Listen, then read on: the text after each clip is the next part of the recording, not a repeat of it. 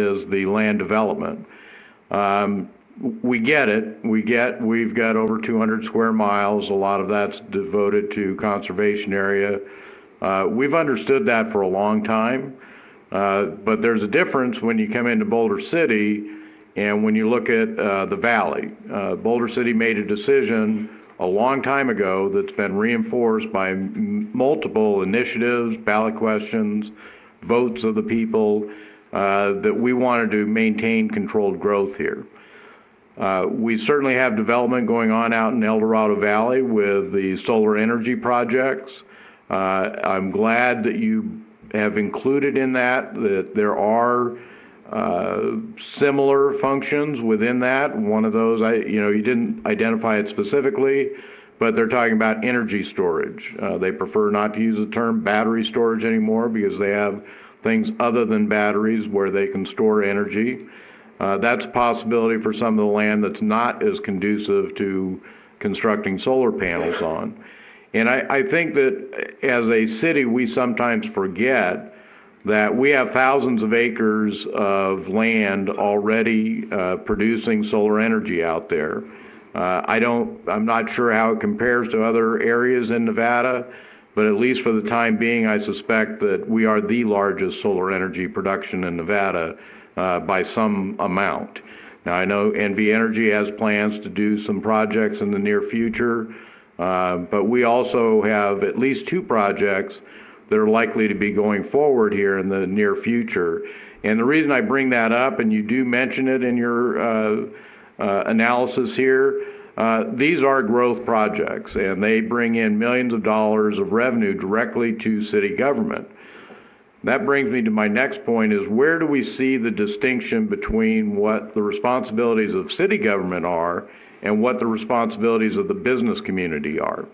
When you talk about advertising, for instance, I believe the other gentleman had mentioned billboards that advertise some of the resorts in Las Vegas.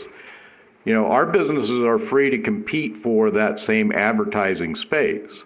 The problem they have is they don't have the revenue that the M or some of the other resorts have to be able to purchase that type of advertising.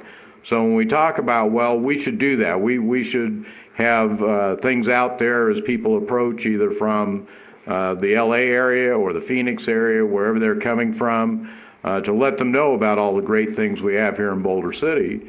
That would be great, but we always have to keep in mind that we're competing against the actual entertainment capital of the world, and it's right next door to us. And sometimes they're just going to blow our socks off. That's a part of what we live with here in Boulder City, is we happen to live next door to Las Vegas. And that's a great thing in many ways, but it's also a tough partner for 16,000 people to compete against. A couple of other things. Some of the financial information that you had in your analysis, it's difficult. We've only seen the I-11 bypass open for a certain period of time, but we are approaching about 1 year. And I'm not sure exactly when your numbers were taken, but you had some numbers in there from 2017 to 2018. There was actually an uptick of 1%. Do you know exactly when that time period is? I'm trying to get at how it fits in with the opening of the I-11. All right, let me take that one. So what that would be reflective of is the entire calendar year comparison of 2017 and 2018. The city has contracted with Visa View to continue to collect data. By the end of 2019, we will be able to compare quarter-to-quarter impacts of what occurred before and after the opening by 11. So that's still a work in progress. Okay, so essentially a 1% in a period of time that did not include the bypass. We don't have enough data at this time. That would be the answer. It would have included the last quarter of 2018 after I-11 had opened, but only 1 quarter. Okay, thank you. So we're still early on that. Go ahead. Did you have something? Yeah, I was going to go ahead and address the first statement that you made. That's a great point that you have, by the way. You're right. I mean, you can't compete in the same field with Las Vegas when it comes to like attracting tourism, hotels for all that. But when it comes to smaller towns, the trick is specialization. In the sense of like having fields you can go ahead and specialize and thrive upon. So Las Vegas is known for gaming and everything like that, but then there's a growing trend of people that fly into Las Vegas. They don't fly in to stay in Las Vegas, but they fly in to go throughout their adventures nearby, such as the Grand Canyon, Zion, Death Valley, and then Hoover Dam and Lake Mead as well too. So I think something like specializations already has started already when it comes to the solar panels you've used in your land. So that's an example of specialization that you guys have that land. And then you guys have that advantage, and you guys bring in a great amount of revenue, and you're still staying true to your values of not expanding or developing those the actual city itself.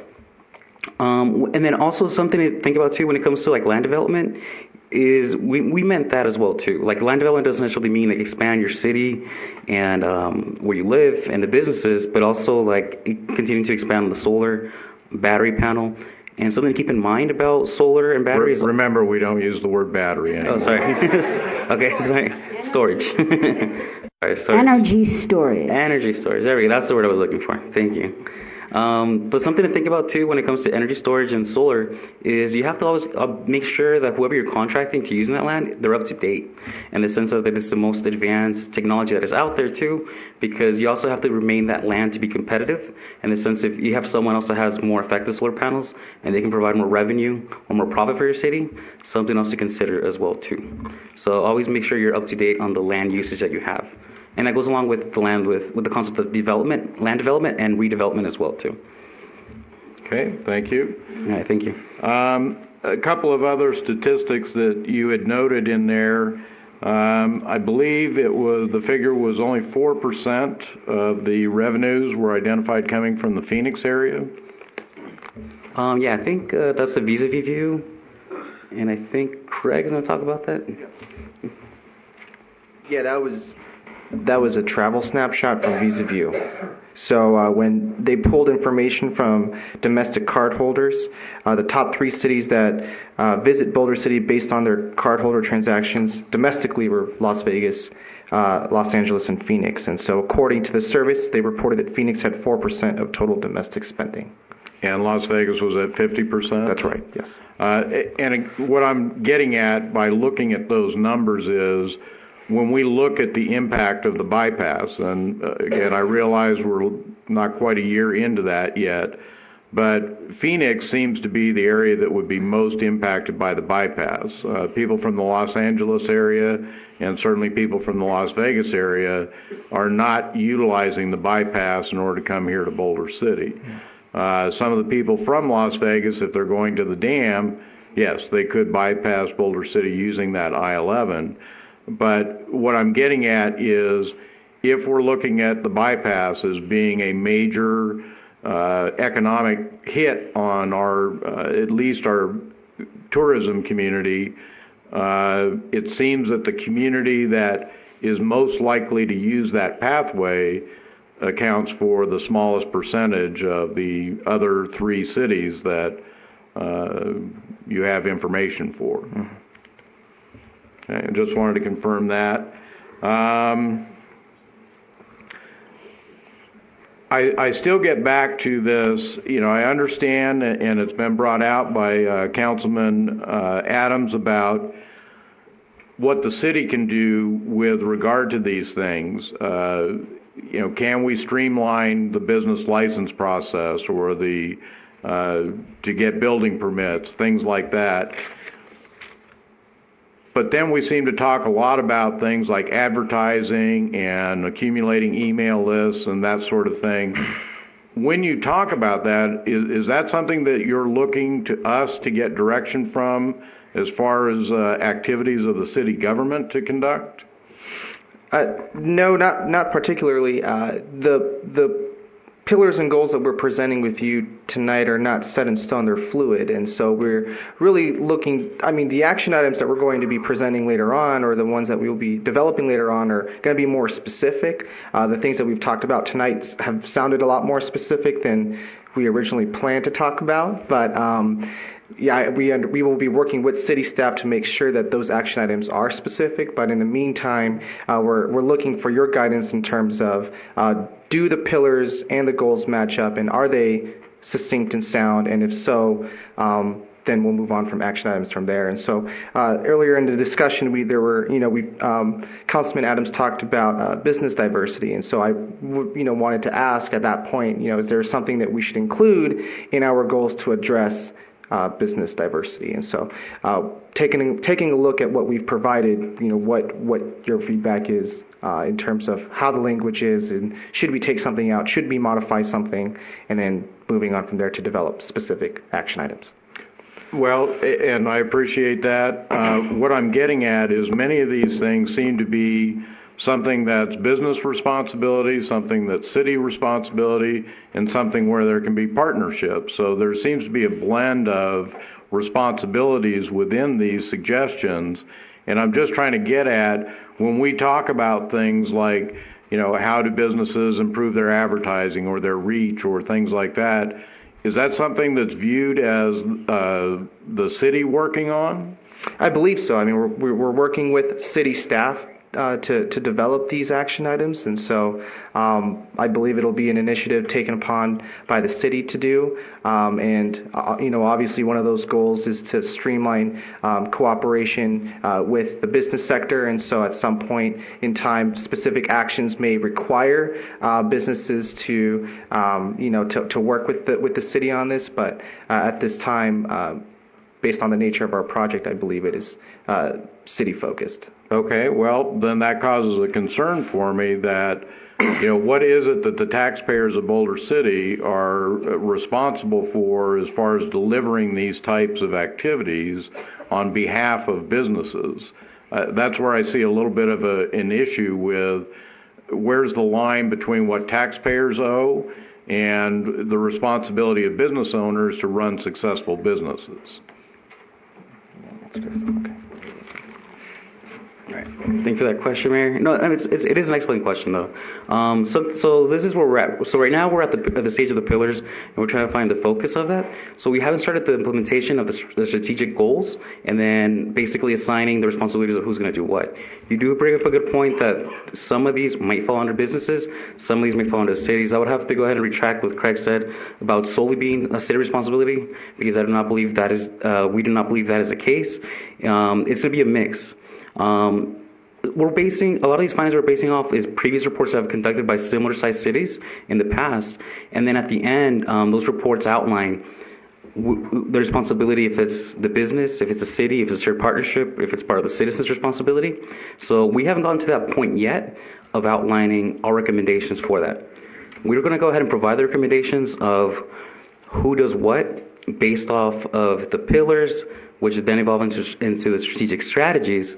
And then once you go ahead and provide that report, it'll be up to the city and up to the businesses what they decide to accept or reject those recommendations. And it's just basically taking pieces of that and see what works best for the city. But we retract. It's not the city's responsibility. Most likely it's going to be a lot of shared partnerships in order to get this done, because as we can know, that's how we get stuff done. Thank you for that clarification.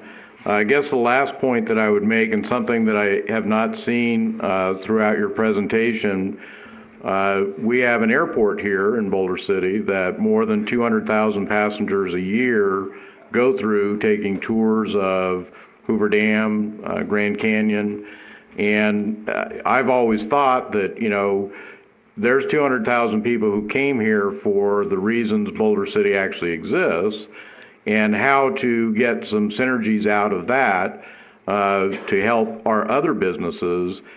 I would like to see something like that become part of this as well. There's an awful lot of emphasis on outdoor recreation, that sort of thing.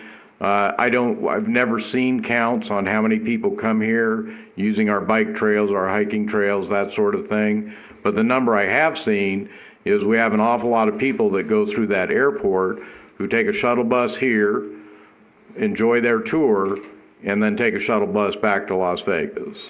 And thank you, Mayor. That's exactly why we're here, in order to get the input and the feedback, because based on the the focus groups that we questioned, and the independent research we've done on our own, there honestly has not been much or any mention of the airport that we found thus far.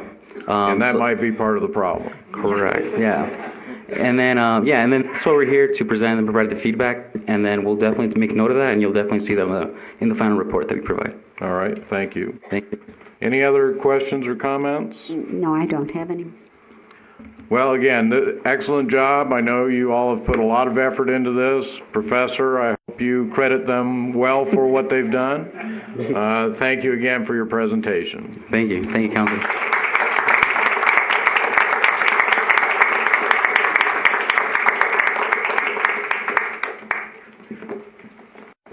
You guys don't want to stick around? No. Take a small break.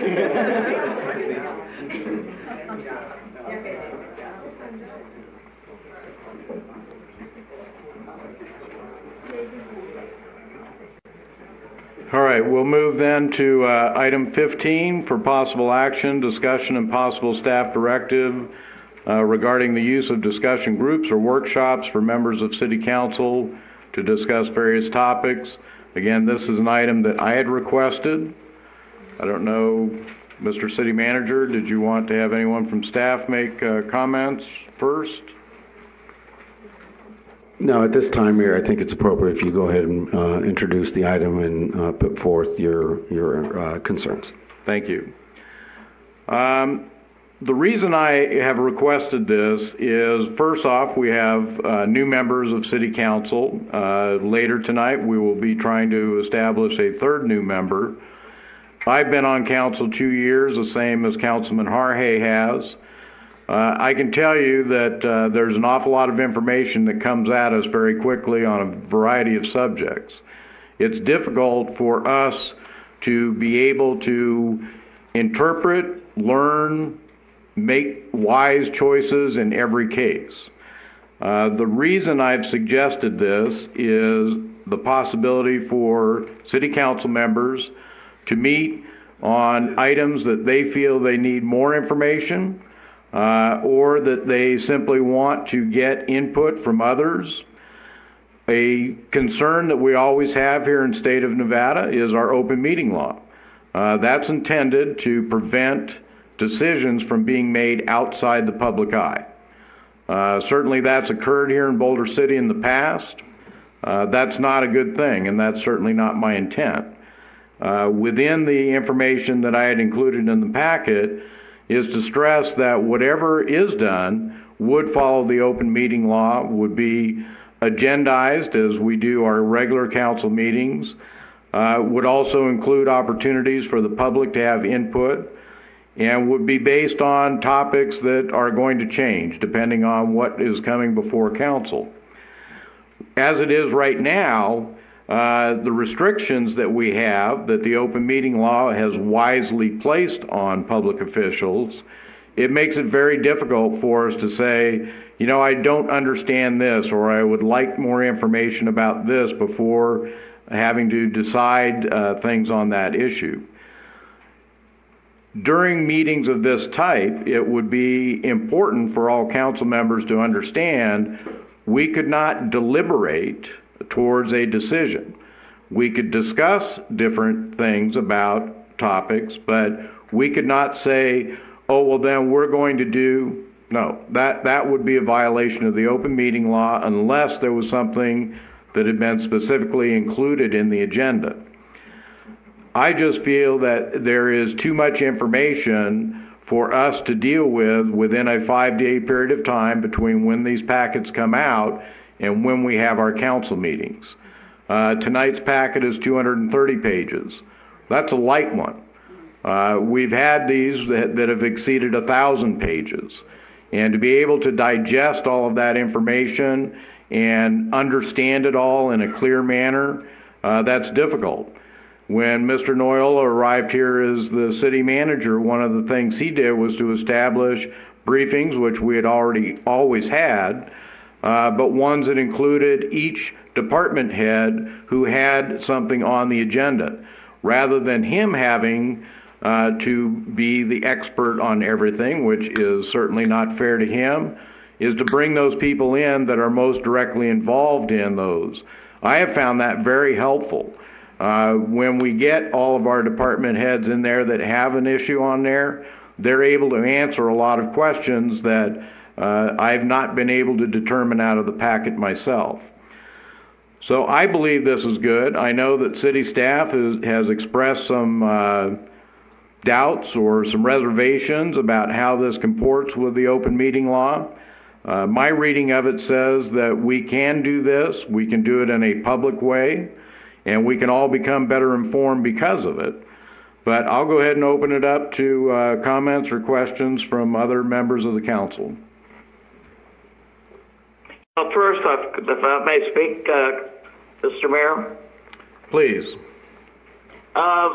First, I must congratulate you on this movement, because what this does, in effect, is answer some of the shortcomings that may have been experienced in the town hall meetings that we've had in the past, which I encouraged. And I know that myself, I could speak for myself, that I found the open meeting law to be a daunting impediment to informed decision making.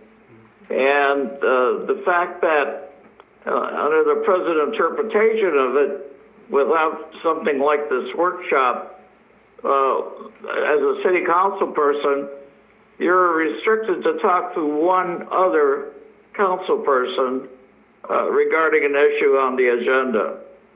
And that is sorely deficient in my mind in order to get the full value out of the other councilman's viewpoints and skill sets.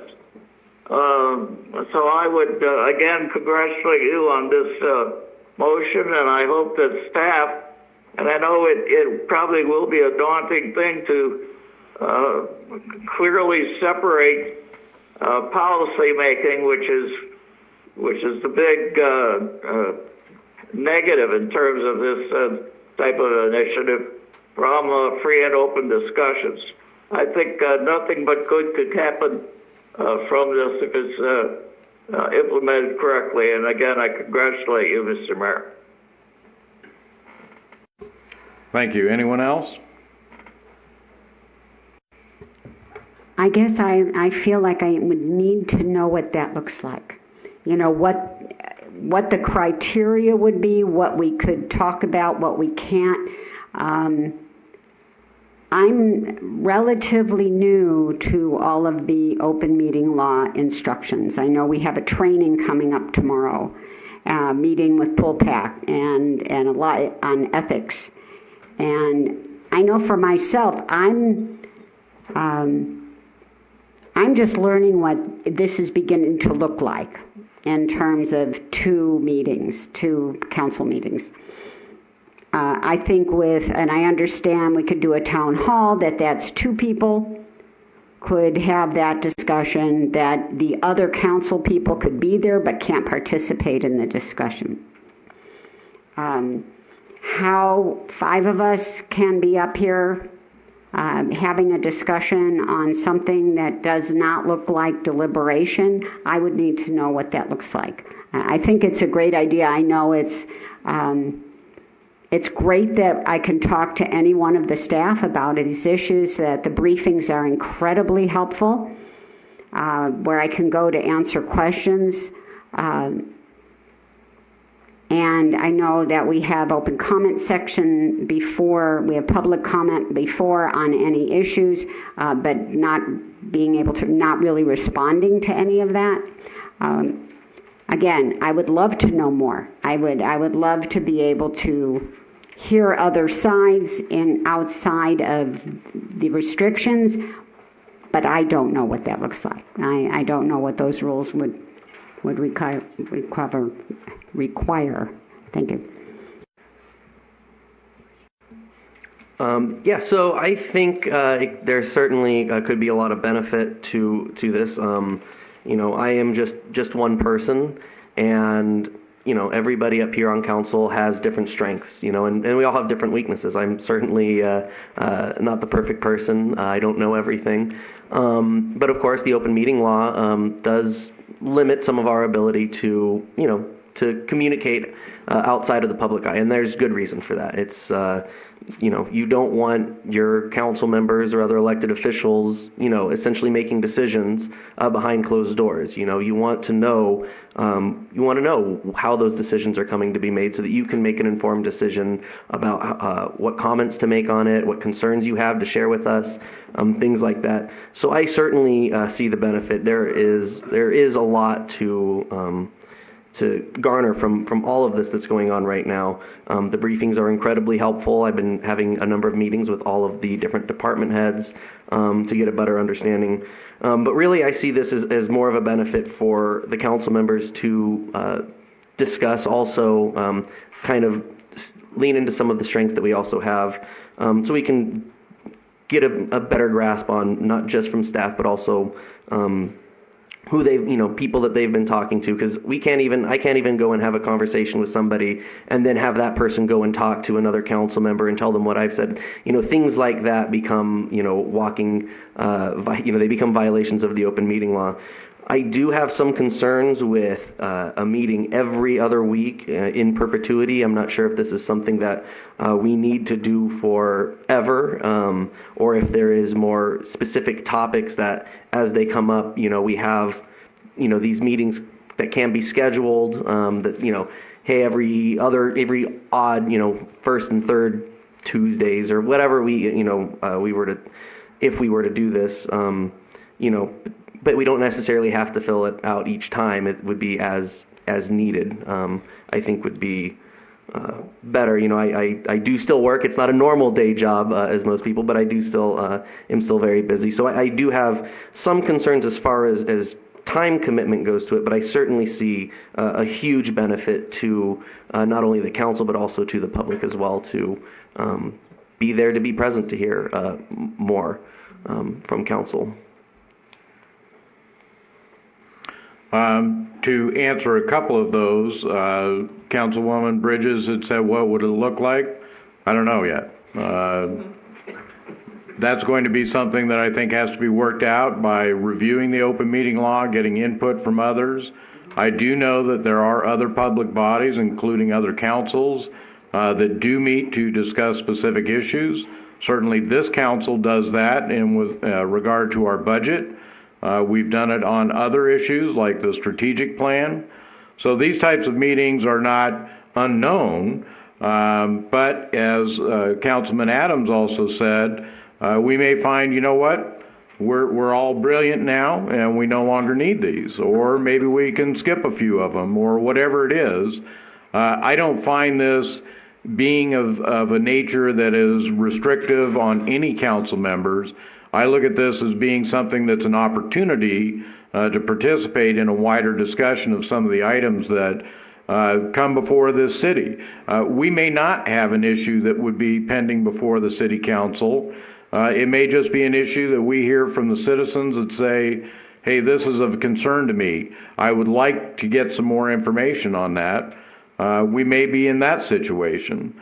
So at this time, and again, based on what this is the staff directive regarding the possibility of these. I know that staff has expressed to me reservations about us doing this. I would like to get more specifics on exactly what it is in the open meeting law that they have concerns about. So I would go ahead and make a motion to direct staff to obtain and provide as much information regarding the open meeting law, specifications and restrictions on the type of issues that council can discuss. I would second that motion. Well, then I guess I'm done making the motion. Shouldn't pause. Any discussion? I would just like to add, one thing when I was thinking about this in my head in areas where it could be helpful. I thought back to the appointment of the utilities committee, and I would want to know if there would be any issue with that, but it would have been very helpful perhaps had the council been able to get together and been able to at least discuss how maybe not any decision makings, but getting a better understanding of what the process might actually look like, because what ended up happening, it was kind of a mess, not everything's perfect up here, but things like that, just to get better understandings of the process, to kind of help streamline these council. 9:30 right now, these meetings can go on long. We have important things to discuss. We do want to be able to streamline those as much as possible. So there are areas where I think that can actually help these meetings be a little bit more timely, so that it also encourages people to participate, because they don't have to sit here and listen to me blabber on about these things. But I just wanted to make that point. So I just want to make a comment about how a very innocuous action can be construed as a open meeting law violation. In the first week as a councilman, I received some information which I thought would be very helpful to the other council people, and so I sent a reply all, and was told very promptly that was a serial communication, and it would be in violation of the open meeting law. So that's how even the most innocuous thing can turn itself on its head. So I can understand why the staff is reticent to come up with a position, but I think it would be very much worthwhile, mainly because of the fact it would allow the citizens to have a good peek as to how their government works, as well as having councilmen being able to explain issues that are facing the council without reaching a policy decision. Okay, with that, all in favor? Aye. Aye. Unanimous decision then.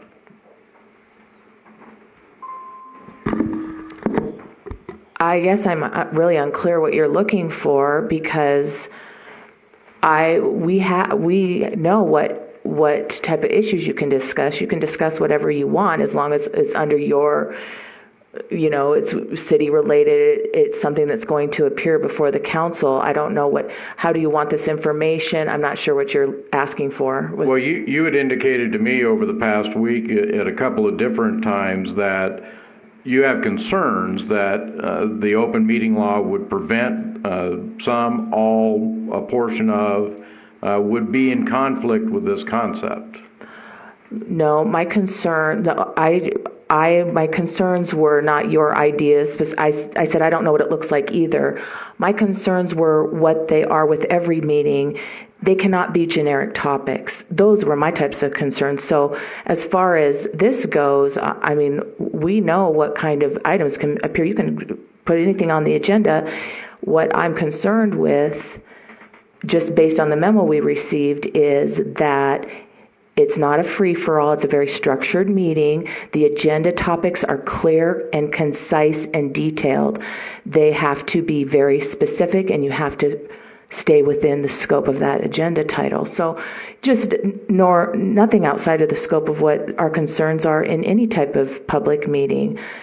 My concern isn't with the open meeting law per se, as long as everything's agendized properly. My concern was the process with council bringing items forward and coming straight to a meeting without staff knowing what that's going to look like, receiving it on the day it's due, and not having the people that are experts in that field the opportunity to research and provide information to the council and help you come to your decisions and move forward with an agenda item on a regular meeting. My concern isn't the open meeting law. My concern is how this is going to look and the process itself, because we want to, as staff, we want to be able to offer as much support to the council as possible and allow the experts in the field the ability to have input, because there might be a law, there might be an ordinance, there might be a statute, history that's involved that would be beneficial to the council. Those were my concerns. Well, that's different than my recollection. That there were concerns you had regarding the open meeting law preventing these types of discussions. It's my recollection.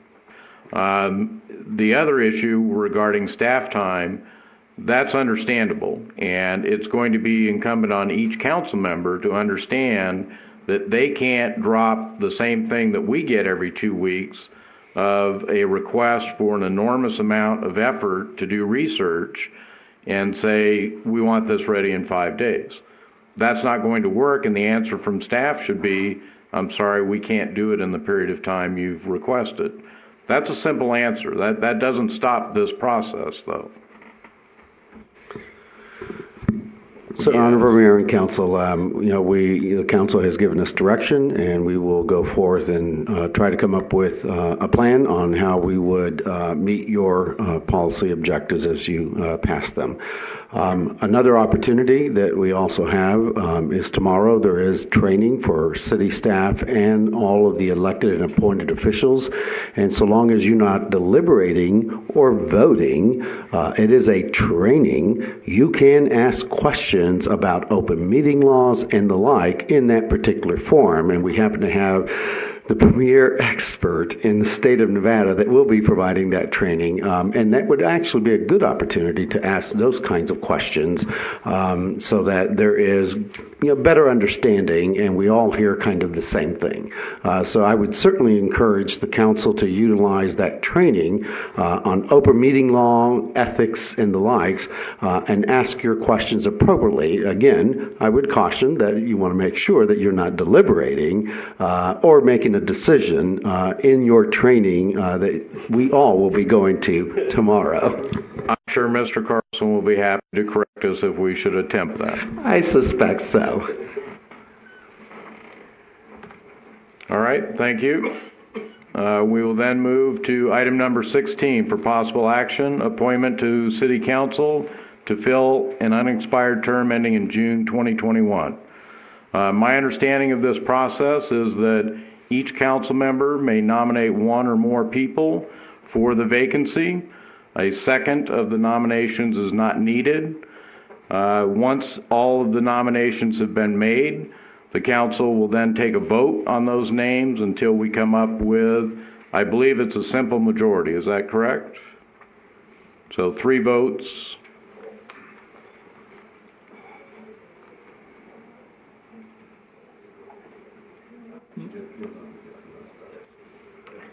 It doesn't have to be 3 in favor. It would just be whoever receives the most votes, just as we do for committee and commissions. Now, with the passage of a resolution or something, it would require a majority. But for nominations and voting for a person, whoever receives the most votes. Thank you. With that, then, I will open nominations, and I will nominate Tracy Folda for the position. Any other nominations from the council? Yes, I'd like to make a nomination. First up, I've been approached by former city councilman, a former mayor, as well as some other prominent people in the community to put forth Peggy Lovett's name. Now, I can understand some trepidation among people regarding that possible nomination, but I think Peggy's input into the life of the city and the governance of the city should be recognized. And the purpose of this little speech is to recognize her outstanding contribution, not only here in the city council, but also at the LVCA, every other position that she's held on a county-wide basis, including a workforce connection. Her reputation precedes her, and I just want to make that calling out. Now, in terms of an actual nomination, I'd like to place in the nomination a person who has put their name forward and has been tested by the electorate has put their money forward and has been, in other words, has some skin in the game. They had not been successful up until this point for reconsideration. And so I would like to put into the nomination Judith DeShane for the 5th council person. Are there any other nominations? I just wanted to say that this was extremely difficult. And as much as I do understand open meeting law for now, it's so hard to do this and have no idea what other people are thinking. I have received emails and text messages, Facebook Messenger messages, recommendations of who somebody else thinks that somebody else should be. This was one of the hardest decisions there's lots of hard decisions I've had to make, but I didn't make this decision lightly. I really didn't. And I too would nominate Tracy Fulda, and I don't want to go into all the reasons, but it was a very well thought out decision that I had to make. So I just wanted to share that this was not an easy decision, especially making it in isolation. So. Any other nominations? I was also going to nominate Judy DeShane, just to be open about how I came to that. I was reached out by a lot of people. It was incredibly difficult. I didn't discuss this with any other council member. I had a number of people reach out to me. I reached back out to them and set up time to talk with each of them to really get an understanding of where they were coming from. There were a lot of things to weigh. Even leaving the house, I was, my mind was this way and that way. But that's the weight of responsibility of the city council. I also reached out to a number of people in the community that weren't interested in the seat, but just to get an idea of what they thought was best for the community. People that I know didn't really have necessarily a skin in the game other than being a concerned community member, but doesn't really pay attention to the ins and outs necessarily of politics, but just concerned generally with Boulder City. I will disclose that Glenn Fayen, Judy's husband, did contribute to my campaign early on, so I just wanted to be open about that. There was no quid pro quo or no strings attached to it, but I did want to make that very clear, just so that people were aware. Any other nominations? A motion to close nominations? I'll move to close nominations. A second? I'll second. All in favor of closing nominations? Aye. Okay. Aye. That's unanimous to close nominations. We will then vote on the 2 nominations. Let's do it by show of hands. Those for Tracy Fulda. Mr. Harhay, please hold your hand up or not. My hand is secured to the bed here. Okay, all those in favor of Judith DeShane, either raise your hand or say aye. Aye. Okay, 2-2. Is there anyone who wishes to reconsider their vote? Okay, hearing none, we then move to the resolution of this, which I believe is to draw a lot.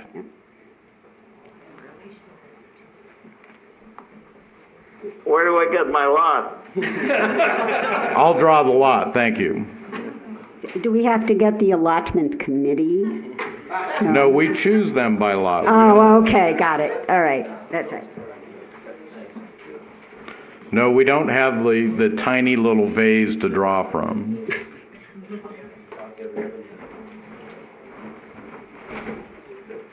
I've got some used bandages if anybody... Thank you for offering. I just want to say that, however the name goes, I think both people are very qualified candidates. This has nothing to do with anybody deserving the position or anything like that. This has been very difficult, and there's so much to consider, but I think that regardless, we'll have a very good person on council, and we can start moving forward.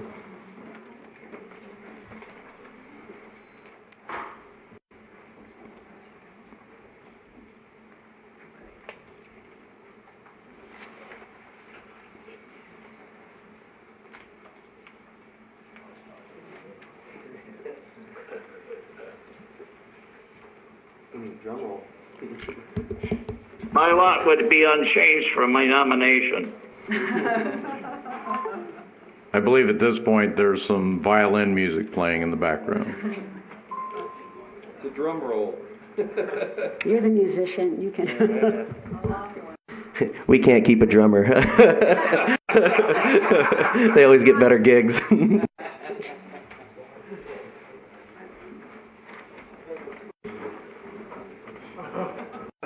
Can we see the names?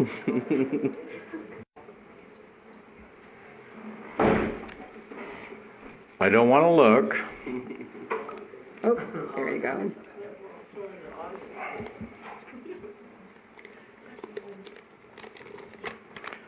Tracy Folda is the name drawn.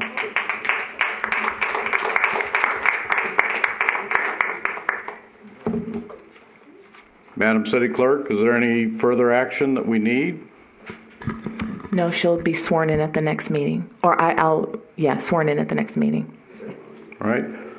Ms. Folda, I have a comment. Before you do, Mr. Harre, I would just like to say to Ms. Folda, she's in the audience, congratulations. I think you'll do a fine job. I've also known Ms. Duchesne for a long time. She would have also done a fine job. I hope she will continue to serve on our charter committee. I think that's an important function. And again, I think either candidate would have been an excellent addition to this council. Mr. Harhe, you had a comment?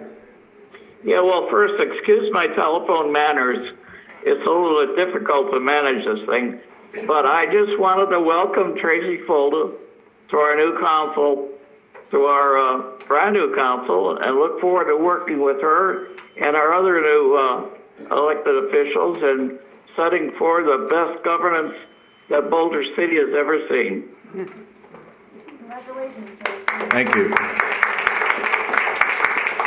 Anyone else before we move on to our next item?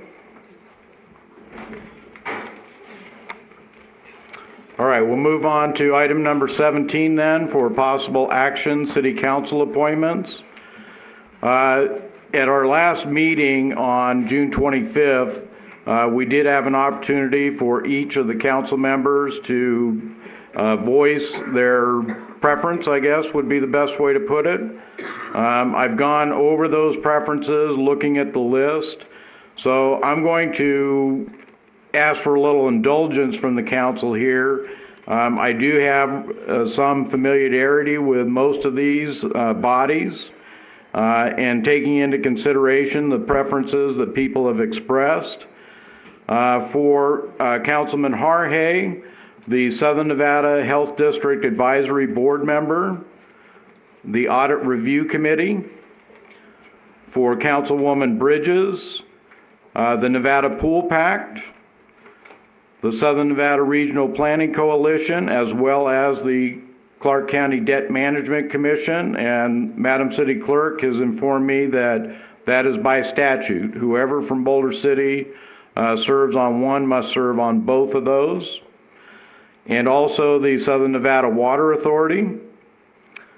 For Councilman Adams, the Boulder City Community Education Advisory Board, the Southern Nevada Health District Board, the Nevada League of Cities Board of Directors. And for the new person who has not been able to express any preference, the Nevada League of Cities Legislative Committee and alternate to board, Workforce Connections, and the Audit Review Committee.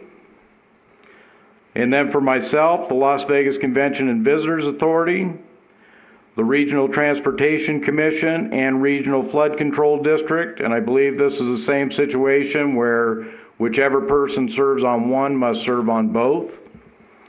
And then there are two I won't say ceremonial, but there are two others that are primarily the mayors that serve on, which are the Civilian Military Council and the Las Vegas Global Economic Alliance.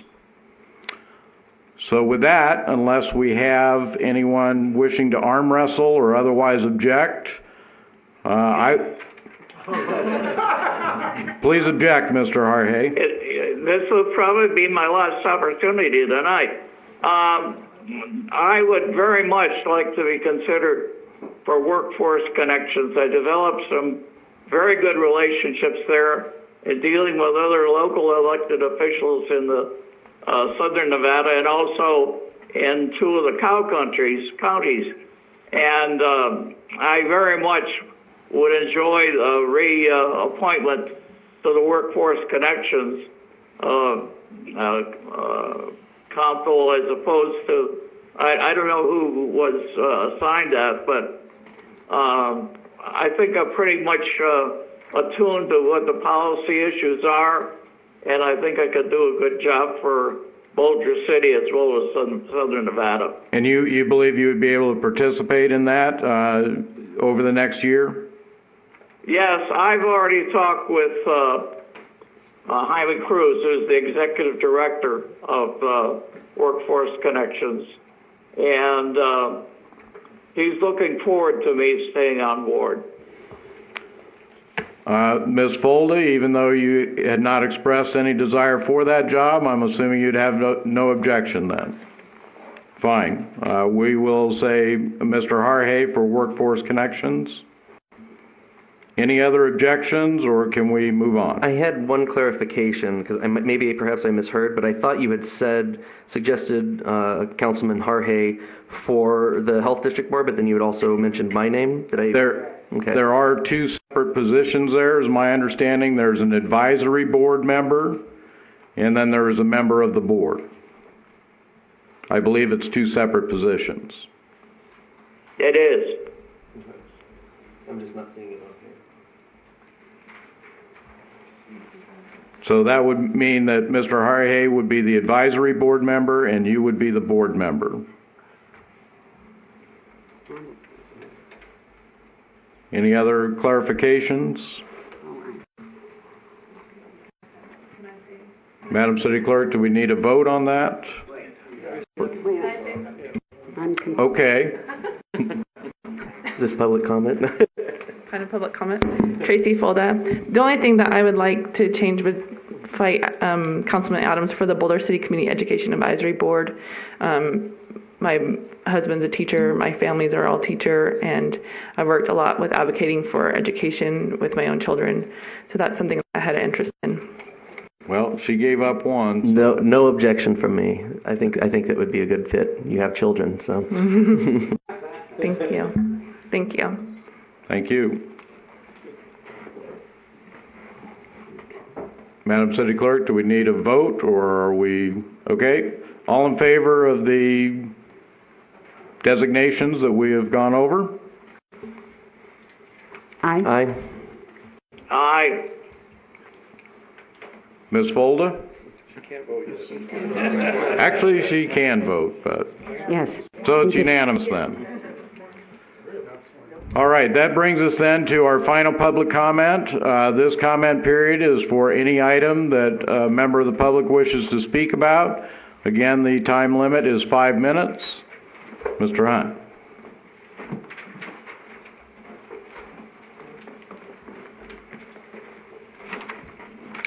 Good evening. I'm Ainsworth Hunt. I'm a Boulder City resident.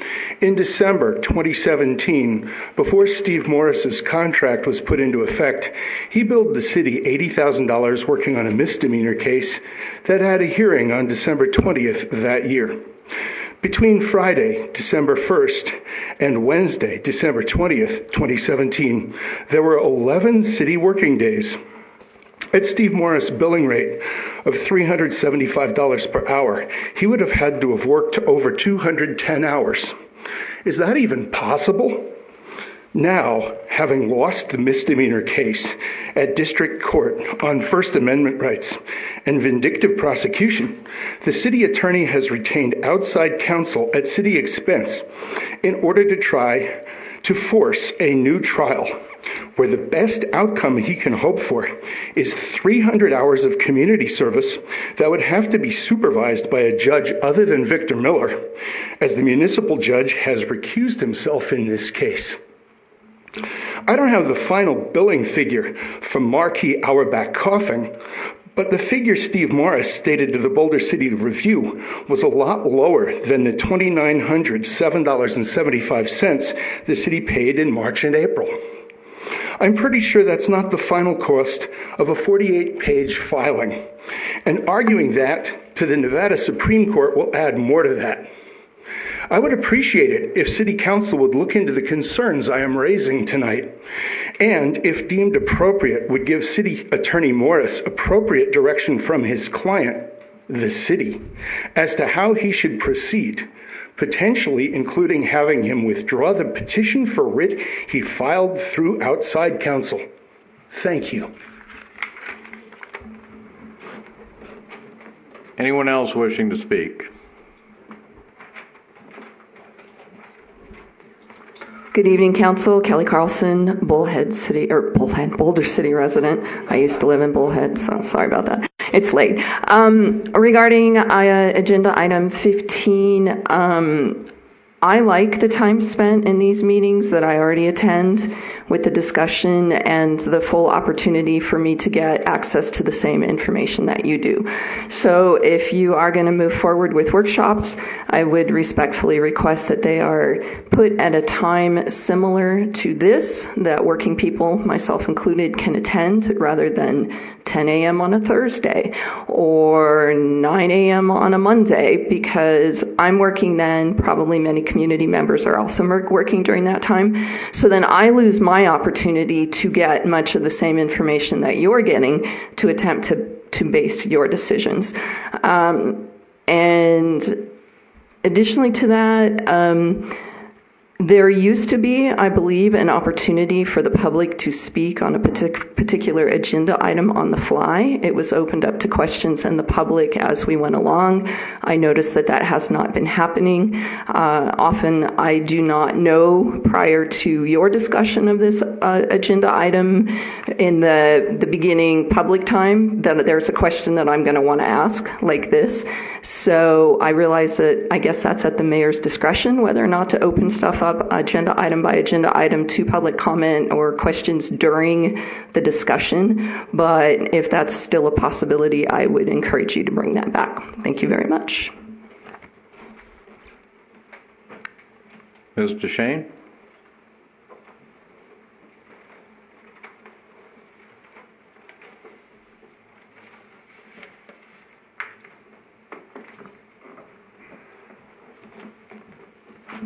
Judy DeShane.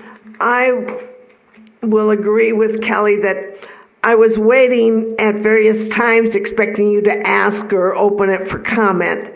So if either way you do it is fine. It's just that if you aren't going to do it on each item, if you would let us know, and then we can all make, do our itemized comments at the very beginning of the meeting, it would be helpful. I also very much like the idea of having public meetings at whatever time you guys want. It doesn't matter to me. But to get information from staff, to hear your questions ahead of time, maybe for us to be able to give you our input, our thoughts and ideas on things you're discussing prior to you actually making a decision. When we say something at a council meeting, it doesn't do any good really, because you guys have already had to do your research. You've already had your discussion with staff and one thing and another. So there's really no opportunity for citizens to put in their 2 cents worth. So thank you.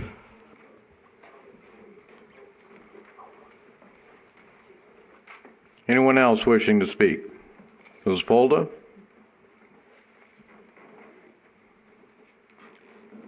Tracy Folda. I just want to say I'm very honored to serve Boulder City, and it's not something that I take lightly at all, and that I will be doing my homework for every item that comes before me. And I'm open to come to talk to me, and I hope that I look forward to the time to spend on finishing up Kieran McManus's term. Thank you.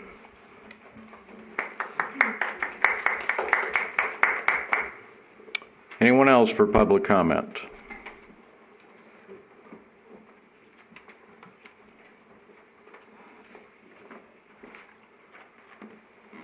Milo Hurst. A lot of this was about historical earlier, and being somebody that has bought several of the buildings and redone those buildings, I think that some buildings shouldn't be saved.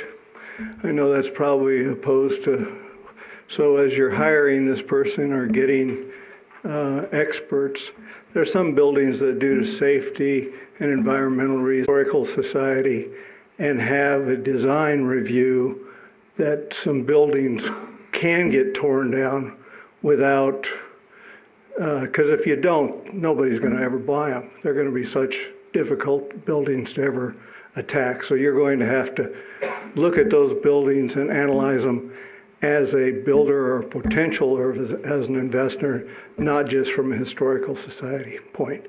The secondary part is I made a few notes. When you Google Boulder City, you get all kinds of other boulders. You get Boulder, Colorado, and everything else. What we really need to push if we're marketing our area is Hoover Dam and Lake Mead. Their name recognition is Google. It just doesn't even show up on the first page. Boulder City is somewhere else. So so many of the travelers now are using that as ways of finding places to visit, finding places to stay, finding the tourism attractions that we do have. So the home of Hoover Dam is the bigger push than Boulder City. The other one that we never talked about is we have a very unusual circumstance here where we have Boulder Dam Credit Union. It should be very much involved because it's such a strong financial institute, and the ability that they have to help us to obtain what we're dreaming about here is very important. The last one is we have a very unusual circumstance that somebody set up here a long time ago with our zoning, that because you could live at each one of these, any address, you could have a resident along with your business. I think if we push that to young, new entrepreneurs, then Boulder City will be able to get new jobs, new families, those type of things. And if that's tied in with the redevelopment money and the historical society standards, it will help. Thank you.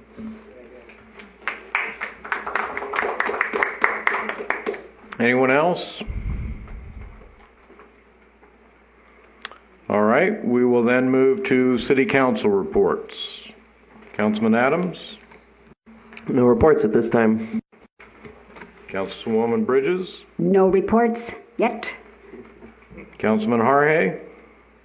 Yes, I would like to offer my apology to the folks for the last council meeting. I made some comments that could be perceived as hurtful or inarticulate and inartful, and there's no excuse for it. I apologize. I hope my apology is accepted. My grandkids said I was just a grumpy grandpa, so that's no excuses. Okay. Councilwoman Folda, I know you've already made one comment, but if you would like to do so as in your new position. No comment. Thank you. I just have a couple of quick notes. The 4th of July, great time as usual here in Boulder City. The parade, the pancake breakfast, the games at the park, the fireworks. We know how to do it. We've been doing it for a while. I guess this was number 71. So we're looking forward to 72 next year. Whenever we do these things, people go out, have a great time. I encourage that. I try and do it myself. When you are doing it, make sure you're not interfering with anybody else's fun. I heard a couple of comments about some people being unkind. We don't want to do that here in Boulder City, but again, overall, fantastic 4th of July. Weather cooperated as well. The Mr. City Manager had mentioned it earlier, as has been the custom, the last City Council meeting in July will be canceled. So with that, we will see everyone in August, and the meeting is adjourned. Thank you. Wow.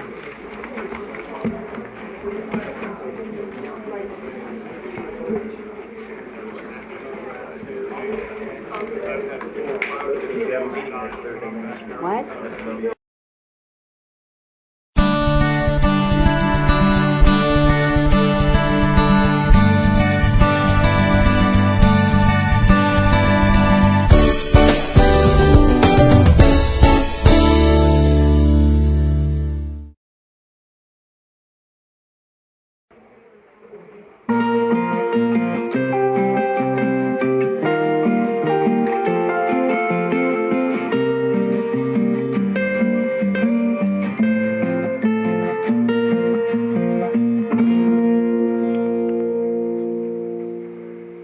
Good evening, everyone.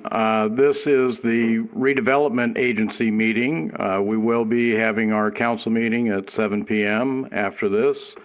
Present are Councilman James Adams, Councilwoman Claudia Bridges, and on the telephone is Councilman Warren Harhaig.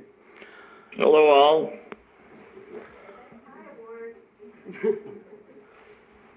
The first item is the approval of the minutes for the April 23rd, 2019 regular RDA meeting.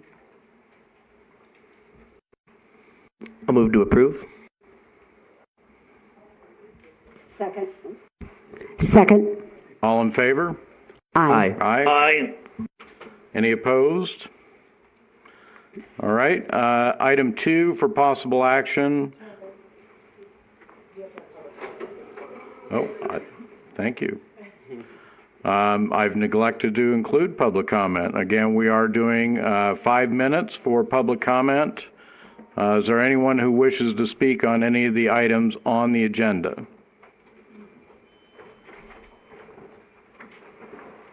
All right, we will then, seeing none, we'll then move to item 2 for possible action, resolution number 214. A resolution of the Redevelopment Agency of Boulder City, Nevada, authorizing redevelopment agency grant program funding for certain eligible improvement costs related to the Boulder City Company store at 525 Avenue B. And our community economic development coordinator is here. Thank you, Chairman. Thank you, Chairman and RDA board members. Good evening. BoulderCityNevada Holdings LLC members Tara and Troy Bortoli are proposing to invest $82,000 to remodel and launch the Boulder City Company store, along with a historic house parts room and coffee tea bar. The property, which was purchased by them in April of this year, is located at 525 Avenue B and was formerly the Antique Depot. Proposed eligible RDA property improvements include restoring the storefront to similar of the original men's stores from the 1930s, exterior paint, ADA compliance, and new LED signage. BoulderCityNevada Holdings LLC would be eligible for up to 30% reimbursement of funds and 50% of funds for the vintage sign specifically, invested through the city's RDA commercial grant program. Based on eligible expenses, they could receive up to $27,458 in reimbursements. The RDA budget for this year is $180,000 for this fiscal year. To date, no money has been approved for reimbursement as the fiscal year is just started.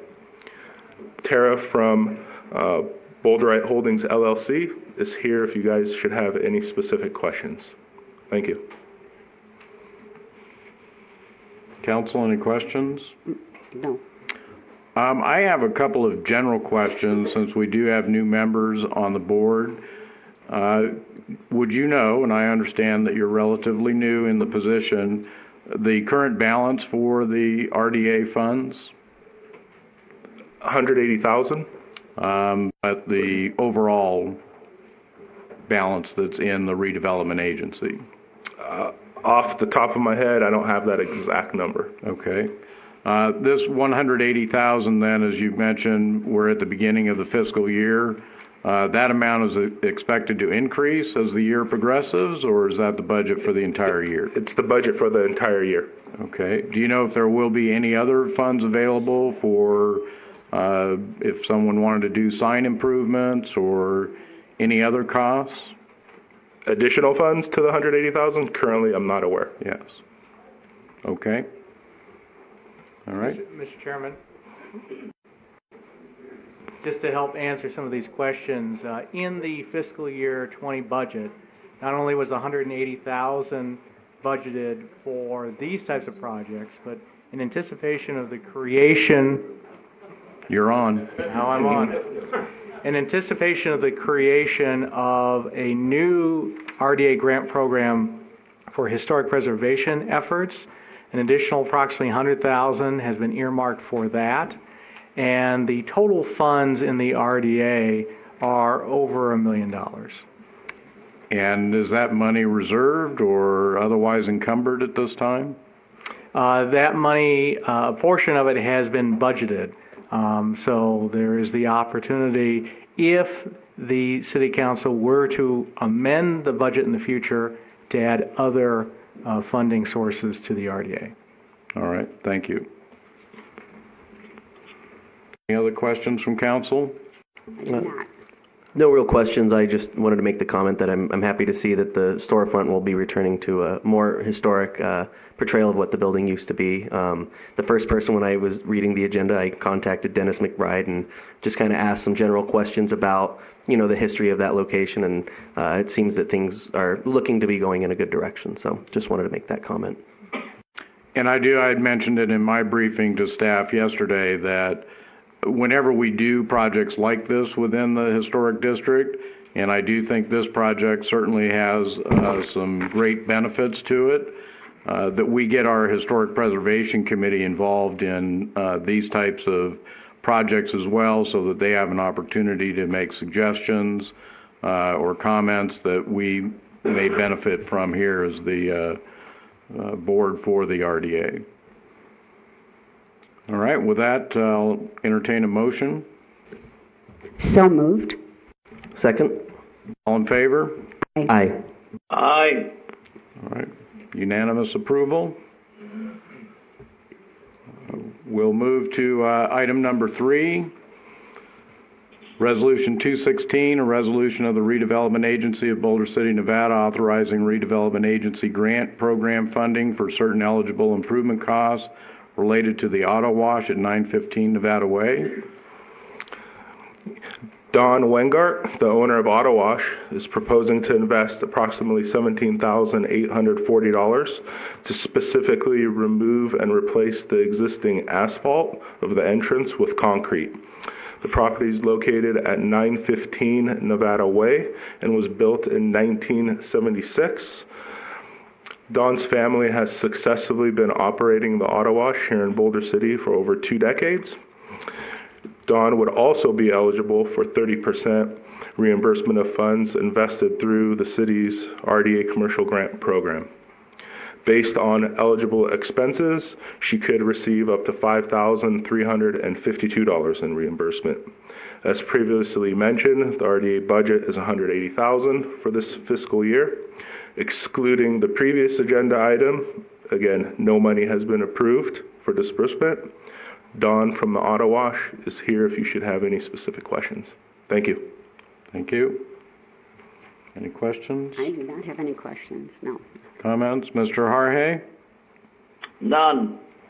Okay. I'll entertain a motion. So moved. Second. All in favor? Aye. Aye. That's unanimous then. Thank you. Thank you for the presentation. Thank you. Item number 4, Resolution 217, a resolution of the Redevelopment Agency of Boulder City accepting written disclosures of the Redevelopment Agency board members of property they own or have a direct or indirect financial interest that lie within the redevelopment area boundaries. For those wondering why you don't see mine or Councilman Harhay's forms in there, we've already signed those, and the requirement is that we would submit new forms if any purchases or interest were obtained over the past 2 years. Okay. Did you want me to add anything? If you have something to add? No, I just wanted to clarify that when you're elected to the board, you are not allowed to acquire property within the RDA area unless it's your primary residence. That is the exception. And if you had it before you were elected, you're just required to disclose. So during your time in office, if something changes, you would need to file a new disclosure. But as the Chairman McManus mentioned, every officer of the board, including staff, has already filed their disclosures. Thank you. Any other questions? No. Again, I'll entertain a motion then. So moved. I'll second. All in favor? Aye. Aye. Vote is unanimous. That then brings us to item 5, our final public comment. This comment period can be on any issue that the public desires. All right, seeing none, we will adjourn the meeting and reconvene in a few minutes for the council meeting. Thank you.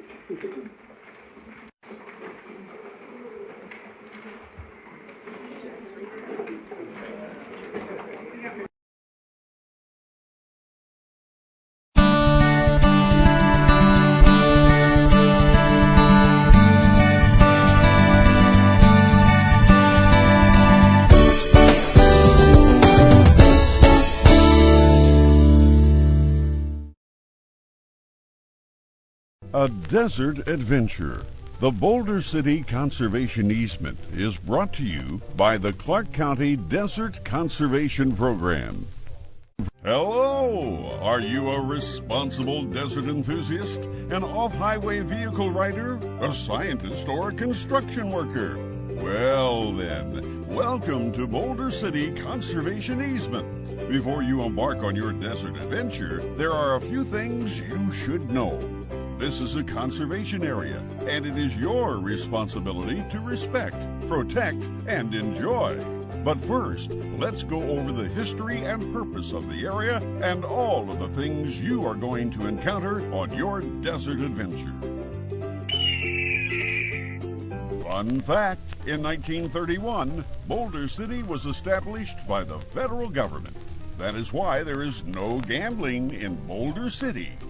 For decades, the Las Vegas Valley has been one of the most rapidly growing regions in the country. However, in 1989, the development community faced a new and unexpected challenge. No, that's not it. That wasn't the problem. We went too far back. The catalyst of our story begins with a discussion of the desert tortoise. The desert tortoise is an emblem of the Mojave Desert, but this species and many other Mojave Desert species are at risk from the increasing pressures of development and urbanization. The problem: in 1989, when the desert tortoise was listed under the Endangered Species Act, the development community had to halt construction, which significantly impeded the economy. The solution? Clark County, along with several other entities, came up with a plan that would allow construction to resume in the county while also preserving habitat for the desert tortoise. Part of that plan required the establishment of the Boulder City Conservation Easement. This easement was established in 1995 to benefit the desert tortoise. You may be asking, what is an easement and why does the Boulder City Conservation Easement exist?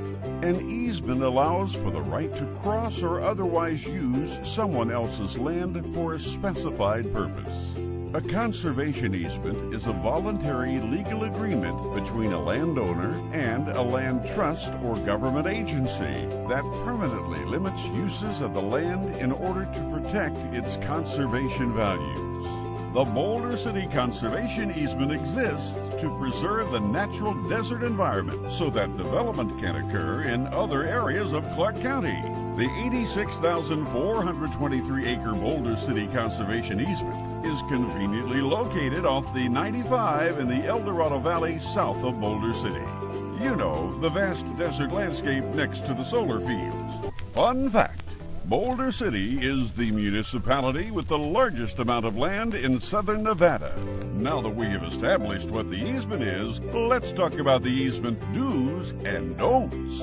If you plan to access the easement for work on an adjacent area, including substations and solar fields, yes, we are talking to you, construction worker. Or if you are on the easement to recreate or conduct research, talking to you, desert enthusiast, OHV writer, or scientist, it's necessary that you understand the rules of the area.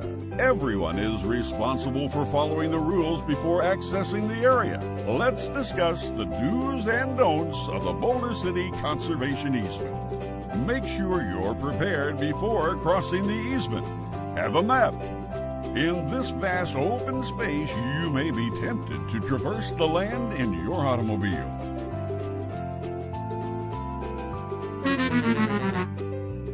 Drive only on designated roads. No sign, no road. That's right. There are designated roads for all vehicles. So the next time you come across an intersection, choose the right road to drive on, indicated by signage. We know some of you have a lead foot. The speed limit is 25 miles an hour on the designated roads of the easement. So let up on the gas. There's no traffic, and enjoy the desert. We know that you need target practice. There's a time and a place for everything. Target practice is not allowed on the easement, ever.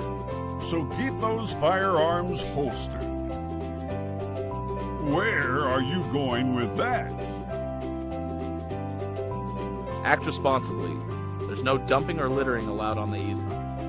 Do your part by picking up trash on the easement. That reminds me, there is no camping on the easement. We know that dogs are a person's best friend and may accompany you on your desert adventure. These domesticated animals can become rambunctious when encountering such a wild environment. Please keep your dogs on a leash for their safety and the safety of other desert inhabitants. Upon your travel through the easement, you may come across tortoises, lizards, snakes, birds, and a variety of plant species. Hey, where are you going with that? Are you trying to take that cactus with you? It's illegal to take plants, animals, or even geological specimens.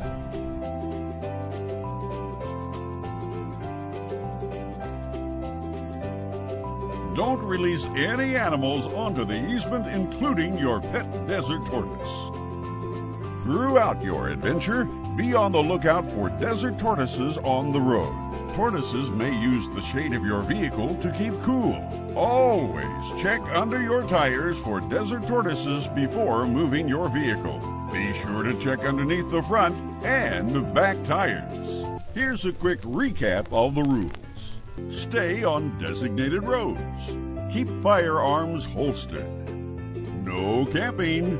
No dumping. No releasing animals. Follow the 25-mile-per-hour speed limit. Keep dogs on a leash. Don't take plants or animals. Always check under vehicles for desert tortoises before moving. When visiting the Boulder City Conservation Easement, enjoy a leisurely stroll, snap photos of your adventure, observe plants, birdwatch, have a picnic, or cautiously drive through. Please remember to always walk out with everything you walk in with. By using the desert responsibly, you help ensure a bright future for all Clark County residents. Remember, respect, protect, and enjoy our desert.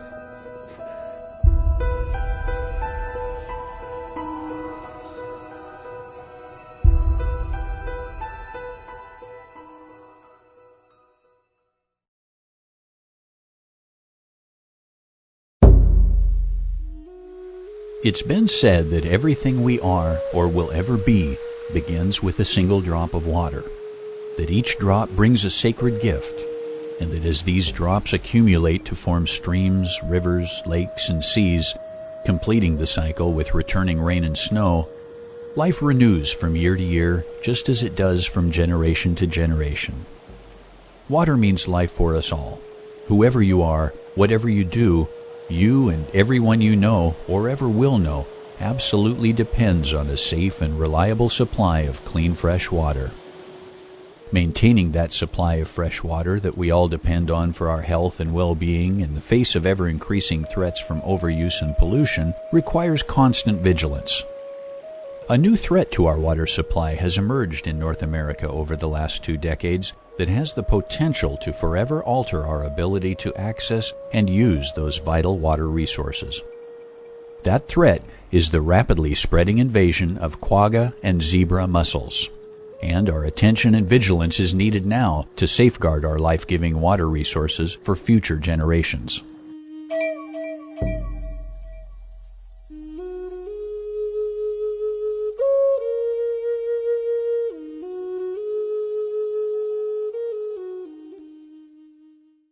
Hello, everyone. I'm Senator Dianne Feinstein, and during my time in the Senate, it's been a great privilege to work here in Washington and also back home in California on many issues that affect our critically important water resources.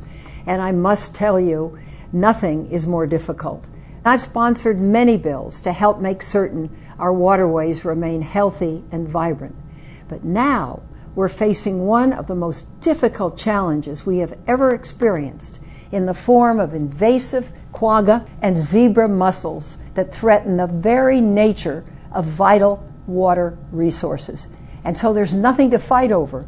We all agree these little mussels may look harmless, but in the following program, you're going to see the devastating effect they've had on water supply, on recreation, on agriculture, power production, shipping, and wildlife. They have also cost water users in the eastern United States billions of dollars over the past 20 years. Today, these mussels are spreading west with potentially greater impacts. There's no question we've got to stop them from spreading. So this is something that all of us need to take very seriously. Whether or not we fish, boat, or use our great waterways for recreation, these little mussels are dynamite. They will affect you and your pocketbook if they become established. Now, it's not too late to prevent these invaders from spreading, but if we don't take action now, these mussels will spread from one area to the next as hitchhikers, on boats moved on trailers, and equipment moving between waters. If you look at one of these mussels and you figure it can produce 1 million additional mussels a year, you begin to know the kind of threat that they are. This program will give you the tools you need to play your part in stemming the tide of this invasion to protect our economy, our ecology, and our great cultural heritage.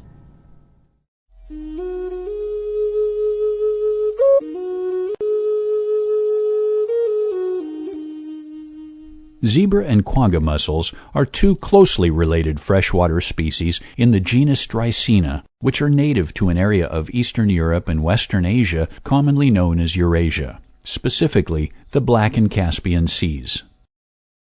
In their native range, these species evolved in an ecosystem that included a complete set of biological and physical controls that kept them in balance with their environment, including predators, disease, and physical water quality conditions that limit their distribution and numbers. In the late 1700s, Dreissenid mussels spread to Western Europe when an elaborate system of freshwater canals were constructed to facilitate the transport of goods and services throughout Europe. Because this occurred before the peak of industrialization and included many of the biological and physical controls that kept them in balance in their native range, the impacts to Western Europe have been significant but manageable. Sometime in the mid-1900s, zebra and quagga mussels were introduced into the North American Great Lakes, most likely in the ballast water of a cargo ship traveling from a European freshwater port. The first reported finding of dry-scented mussels in North America occurred when zebra mussels were found in Lake St. Clair in 1988. During the following decade, zebra mussels spread rapidly, principally by downstream larval drift, but also on watercraft and equipment, to infest nearly every waterway connected to the Great Lakes, including the Mississippi and St. Lawrence rivers. And by the late 1990s, they were found in 23 states and 2 Canadian provinces, all east of the 100th meridian. Also in the late 1900s and early 2000s, a secondary invasion occurred when quagga mussels, which had represented only a small percentage of the mussel population before then, began to dramatically expand and by 2010 nearly completely dominate the dry-scented mussel populations of the upper Great Lakes. Since then, they have continued to expand their range, primarily by hitchhiking on trailered watercraft and equipment moving between watersheds. But it wasn't until 2007 that dry-scented mussels were found west of the 100th meridian, when quagga mussels were found in Lake Mead, and subsequently in downstream Colorado River impoundments and all connected waterways of the Colorado and Arizona aqueduct systems. In January of 2008, zebra mussels were found in San Justo Reservoir in Central California, and 2 adult zebra mussels were collected at Pueblo Reservoir in Colorado. However, while zebra mussels have become well established in San Justo, no additional adults and only a few veligers have subsequently been found in Pueblo Reservoir.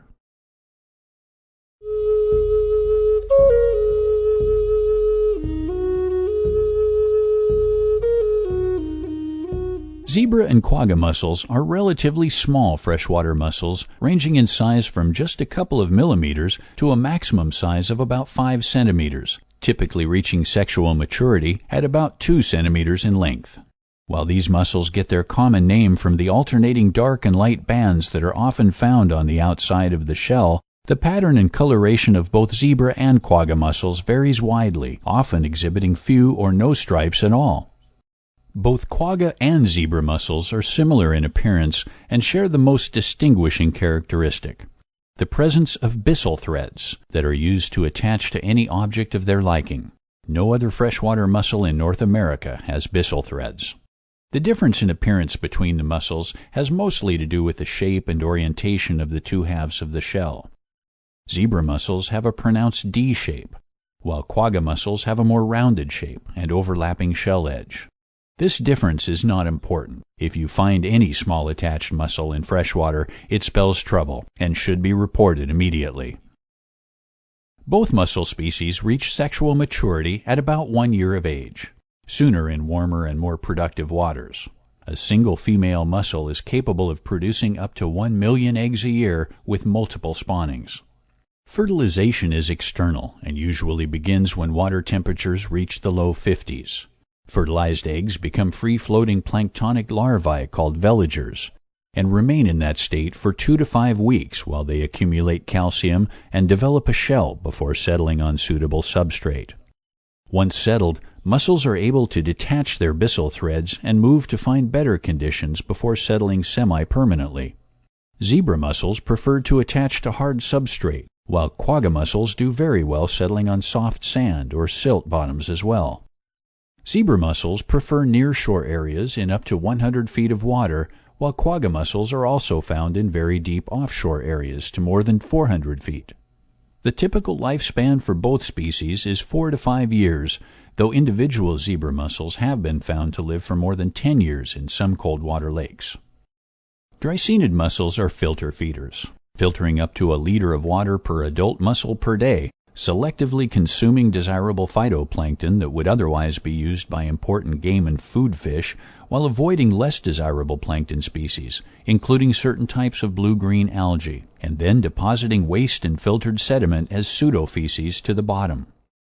Since dry-scented mussels can occur at densities of up to 100,000 or more per square meter in some waterways, this action completely transforms the ecosystem of the host water body.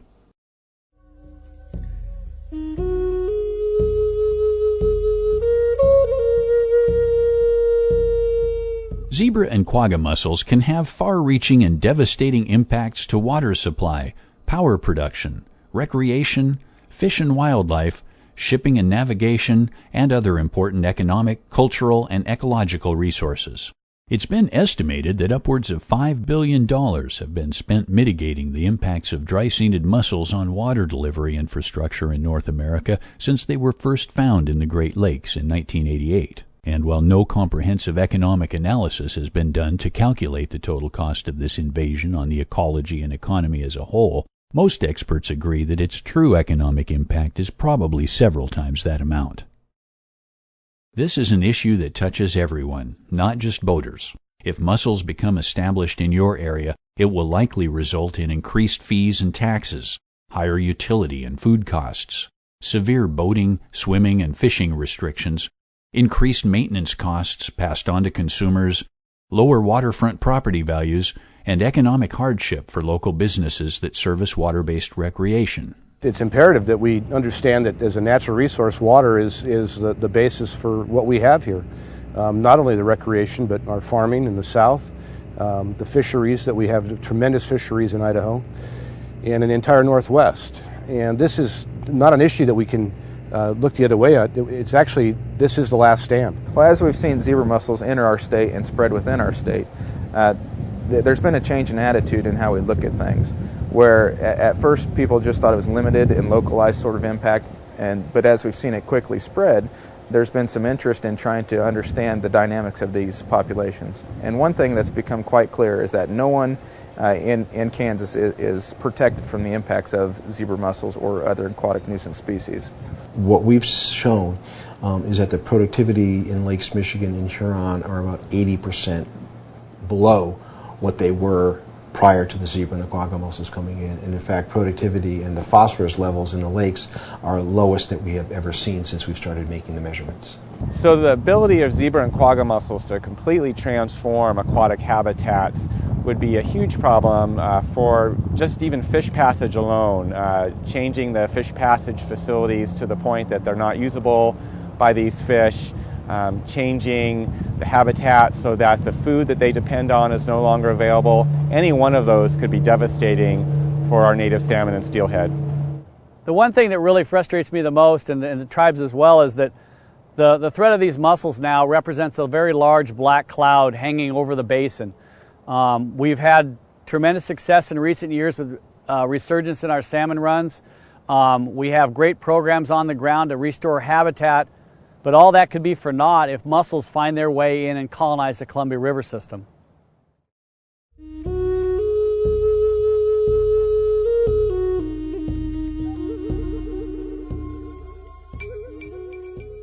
Perhaps the best way to understand the impacts that zebra and quagga mussels can have on the ecosystem is to look at the changes that have occurred in the Great Lakes, where dry-scented mussels first appeared more than 20 years ago. Zebra mussels were the first dry-scented mussel into the Great Lakes, and actually they became established in the 1980s.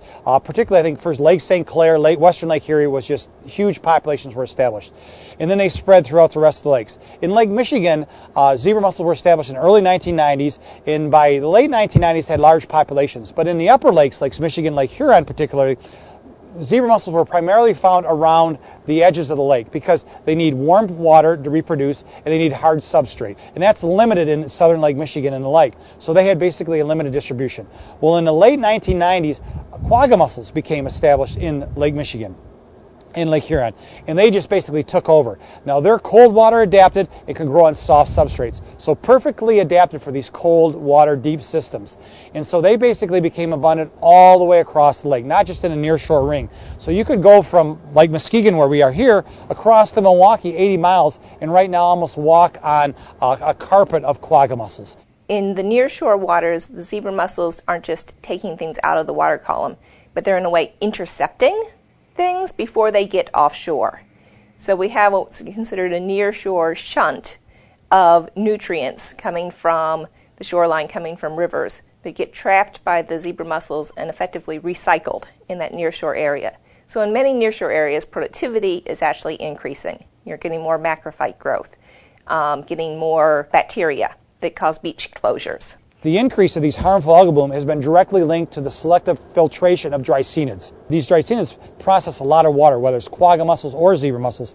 And as they do, these big, large nuisance colonies, these harmful algae like Microcystis cyanobacteria, are thrown out as pseudofeces. And so over time, these mussels remove all the desirable algae, and they really enhance the undesirable algae, the harmful algal bloom, so their abundance increases tremendously. The changes that they cause are not going away. They have caused, structural, physical changes in the lake bottom and water column where nutrients are in the system. So their changes are profound and likely to last a long time because of that physical change component. In the 1980s or 90s, if you would lower this white disc down to the bottom, you would see it down about 20 feet, then it would disappear.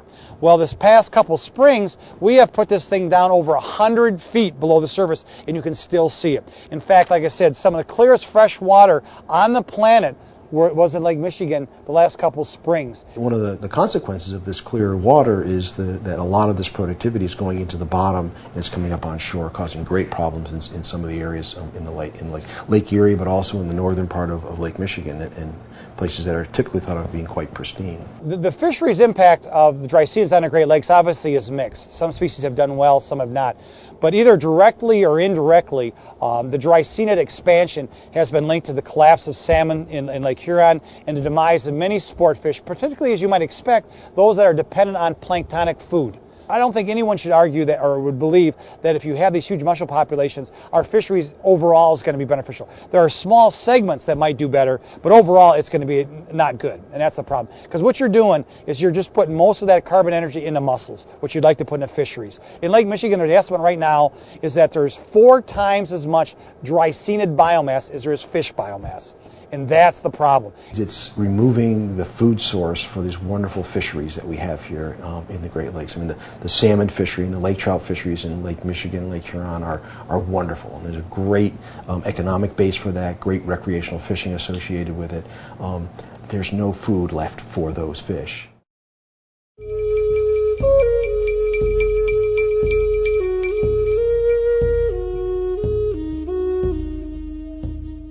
Some of the most troubling and costly impacts that drysenid mussels have are those that affect our water supply and the infrastructure used to move water from its source to the point where it is used, including water diversion, conveyance, and delivery systems of all types and sizes. Once established, quagga and zebra mussels use their byssal threads to attach to trash racks, diversion screens, canals, pump stations, pipes and terminal fixtures like sprinkler heads, storage tanks, and fire suppression systems, building up in ever-increasing layers that, if left unchecked, eventually restrict or completely shut off the flow of water, burning out pumps and blowing out screens and filters needed to divert and deliver drinking, industrial, and irrigation water. From the time that we realized that we had a quagga mussel infestation in the lake until the time we actually got the chlorine turned on, we began to have infestation in our infrastructure. We were taking apart small lines that go to instrumentation and finding that there were quagga in there. We were doing some physical inspections just as a result of changing out pipes and pumps, and we found them in that 5-mile raw water line over to the River Mountains Water Treatment Facility. So we know that had we not put something in place to control this infestation, that we would have quite a bit of problem in our infrastructure, and that could cause us to go anywhere from it being a nuisance in some parts of our pipeline to potentially shutting off the water supplies. We're looking somewhere in the $10 to $15 million range just to run the pipeline from where the intake is being drilled all the way out to the point of intake. One of the biggest concerns with older facilities is they put fire protection systems in. And if you have a quagga mussel infestation, these fire protections are at risk for biofouling. We see them in every single water passage in the dam that uses raw water. HVAC systems, cooling water systems again. And then the Salt River Reservoir system feeds into our canal system, which has an arterial branching canals throughout the Phoenix metropolitan area, and that's what delivers the water to the water users, and that is majority agricultural use, residential use, and then the cities. So if the mussels get in, they can impact the dams, they can impact recreation, and they can also impact our delivery system and the canal system. This is the Columbia Basin project within the Bureau of Reclamation, a fairly large reclamation project based on water that we take out of the Columbia River. It's one of the larger projects that the Bureau of Reclamation has. We're currently irrigating about 671,000 acres in the basin. We produce anywhere from 60 to 80 major crops in any given year. Potatoes being one of the biggest things that we do, an awful lot of alfalfa. We're one of the largest producing areas for apples in the world. The concerns that the Bureau of Reclamation has with establishment of the mussels in this area are not so much in a big canal like this, but in the much smaller canals that we use to get water out of the big canals to all the farmlands. Those things keep getting smaller and smaller. Quagga and zebra mussels also cause some secondary effects on water delivery systems. Their filter feeding activity increases water clarity, light penetration, and nutrient transfer to the bottom that causes increased aquatic plant growth. In some cases, that increased nuisance plant growth has caused major problems to water intake and screening structures. Another problem associated with dry-scented mussels is the increase in harmful blue-green algae that can create taste and odor problems for drinking water supplies. We are the major water supply for the city of Phoenix and the city of Tucson. Blue-green algae would be a very bad thing for those municipal treatment plants because they would have to deal with the taste and odor issues from the blue-green algae.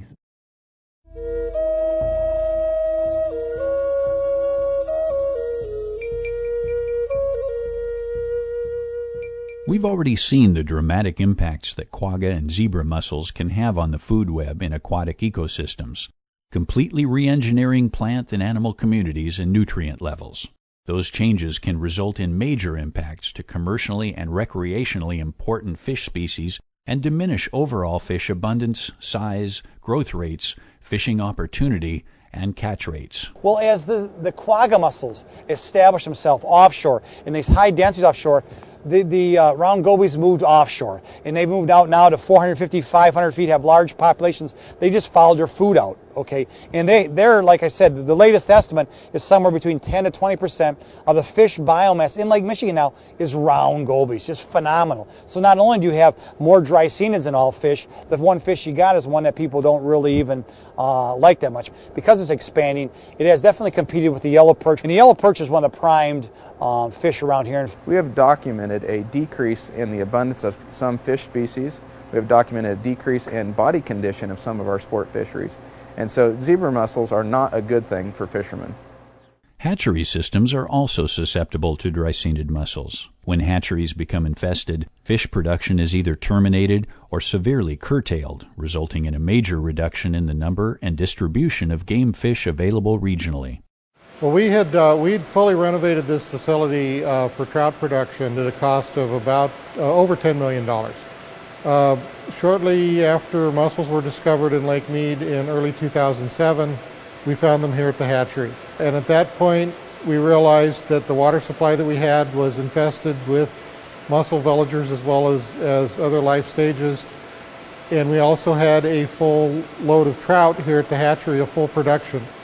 We had to get rid of those fish because of the potential of transporting mussels from the facility. Those fish could not be put anywhere but Lake Mead and Lake Mojave, and then shut the facility down completely and did a thorough cleaning. This facility was designed to plug a big hole in our statewide trout production for sport fishing, and that represented, a third to almost a half of our planned statewide production for sport angling. So taking this facility off the table was a very significant impact, and we just have not had any way to replace that. In addition, these invasive mussels promote the growth of nuisance and toxic algae populations that can affect swimming, boating, and other forms of water-dependent recreation. Colonies of living mussels and windrows of dead mussels can cover the lake bottom and beaches, making recreational use of these areas difficult, undesirable, and dangerous because of their sharp-edged shells. Lyngbia on the bottom will accumulate throughout the season. By August, there are places where you will find a fair carpet of it on the bottom. Then later on in the fall, what has happened is that washes up on shore and can get meter deep accumulations of it in some places depending on how the wind's blowing. So it's very unaesthetic, and homeowners and people that use the shoreline really don't like it. Recreational boaters are also affected when mussels attach to the exterior surfaces of watercraft and clog internal engine cooling, raw water storage, and circulation systems, resulting in increased maintenance, operation, and repair costs. I think right now the biggest issue we have with the quaggas is people absolutely wanting to protect their boats. We've taken over the hydro hoist business. People want to have their boats lifted out of the water to keep the maintenance down on them. They clog up all the water intakes into the drives, and when that happens, the impellers get ate up and you'll lose a motor in a heartbeat. And it's not only fisheries, beaches, and boats that are affected. Recreational docks, boat lifts, and other equipment important to recreational boaters like navigation and mooring buoys can also become encrusted with quagga and zebra mussels, creating increased maintenance problems and decreasing the effective life of this equipment, making it difficult on commercial and recreational boaters alike. As a marina operator, we see zebra mussels forming on every structure in the marina. They form underwater, around places where people recreate. Increased cost to us as far as maintenance goes, and the maintenance of all the marine equipment, cost and time. It just goes on and on and on. The cost if we were infested by zebra mussels, probably the cost to maintain things would be a concern. Some other areas that not only with the marina here, but other areas of the lake that the Clay County takes care of. The golf course operates out of here. They have a water intake. If this lake was ever infested with the zebra mussels, we would definitely lose some traffic. It would scare people away if there was an area lake that was, within 30 or 40 miles that did not have them. We would probably lose a few to those. I would hope not, because I obviously don't want to lose any of our customers or any of our slip holders, but I definitely think some would choose to go another area if their boats were being affected by the lake quality. Because Lake Mead is a reservoir and the lake levels do fluctuate, one of the impacts to our visitors is also visitor safety. We can typically see as the lake levels go down, mats of quagga mussels, and that increases calls to our rangers for medical services, people cutting their feet. All of these recreational impacts have very significant negative effects on water-dependent businesses, local economies, and waterfront property values. The health of the ecosystem in Lake Pend Oreille is key to the economy here, and invasive mussels would change everything, and I think it would leave our economy pretty well damaged. Our largest issues that came about after the zebra mussel find was the questions, the scare. Once the word got out, it spread pretty quickly that that all of a sudden Smithville Lake had zebra mussels.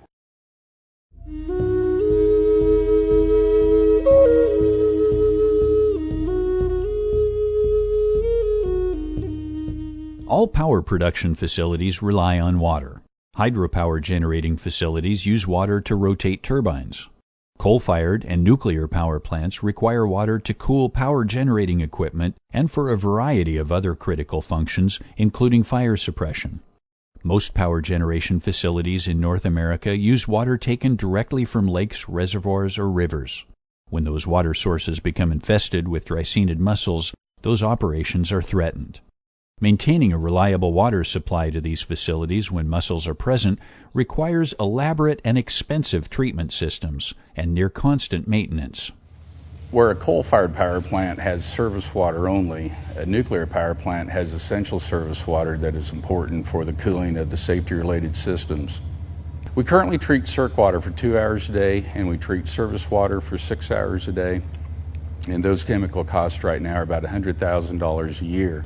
When we go to 22 hours per day due to zebra mussels, that chemical cost will double. If these invasive mussels were to get in or established, the costs at this project would be significant. The costs would likely affect our operation and maintenance. Primarily our maintenance would increase. Those costs would have to be passed on to the public in the form of rate increases. So looking at industry sources as far as increases for retrofitting dams, hydroelectric facilities that have zebra quagga mussels, it ranges from $1,000 to $2,000 per megawatt. So for example, here at the Portland District, if we look at John Day, the Dalles, and Bonneville dams, we're looking at around a $5 to $10 million increase.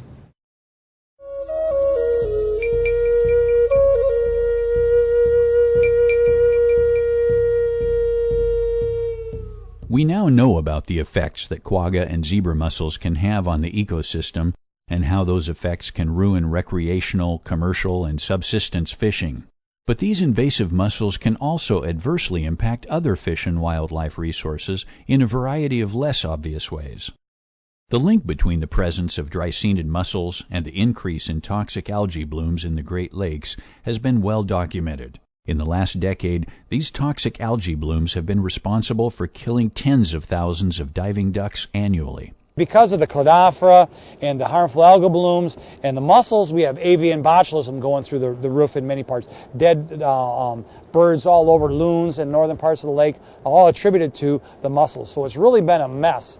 And I think all of us would say not a good mess, the mussels. I mean, to the people of the West, you do not want these in your lake, period. End of story. Zebra mussels have also had devastating impacts on native mussel populations in the major river system of the eastern and central areas of North America. Another major effect of a dry-scented mussel invasion in the western U.S. would be the impact that they could have on salmon and steelhead fish passage in large river systems. Mussels attached to fish ladders used by adults and bypass systems for moving juvenile fish downstream would increase mortality, possibly to the level that would curtail commercial, tribal, and recreational fishing opportunity and increase the number of threatened and endangered fish runs. Mussel impacts to juvenile fish passage systems could start right from the beginning, looking at the submersible traveling screens. There's some additional screens that could be impacted. The bypass systems, the velocity is low enough that we could have settlement of veligers into these systems, as well as down here at the juvenile fish facility. The water is slow enough that we could have some impacts here. One of the concerns with invasive mussels for our juvenile bypass systems is anywhere that these mussels could attach that come in contact with juvenile fish, they are very sensitive to any rough edges. These sharp shells could cause severe descaling of the juvenile smolts passing the dam. So most adult fish that bypass Bonneville Dam through the fish ladder system go through a small opening at the base of these concrete weirs that we're looking at. So the sharp edges of these mussels can get in these orifice openings or small openings and cause some severe cutting and injury to the adult fish passing those areas. Young salmon and steelhead migrate through the Columbia River system through a series of bypasses and fishways which have been built at taxpayer expense for many millions of dollars, probably billions of dollars. And these bypass systems are not redundant. They're one-way valves, they're one-way plates, they're tubes that are lined just steel pipes, plastic pipes.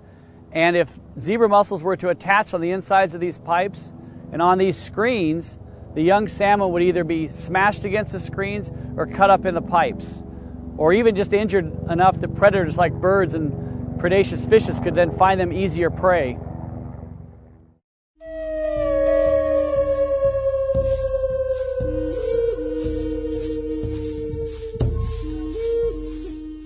Another lesser-known impact of dry-scented mussels is the effect they can have on shipping and navigation, including transportation locks and barge traffic. By attaching to the surface of locks and barges, zebra and quagga mussels accelerate the corrosive process and reduce their effective life. In addition, mussels encrusting the hulls of ships and barges plying North America's inland waterways cause increased drag and results in reducing speed and fuel efficiency. All of these impacts result in more money spent on operation, maintenance, and replacement, and when taken together can cost millions, if not billions of dollars over time. So another potential impact at the facility in the Columbia River Basin is the navigation and our lock systems. So potentially we could get zebra mussels affecting the floating mooring bits. They could affect seals along the gates that would also impact our navigation system. On average, I believe we pass around 10 million metric tons of cargo through the lock system annually.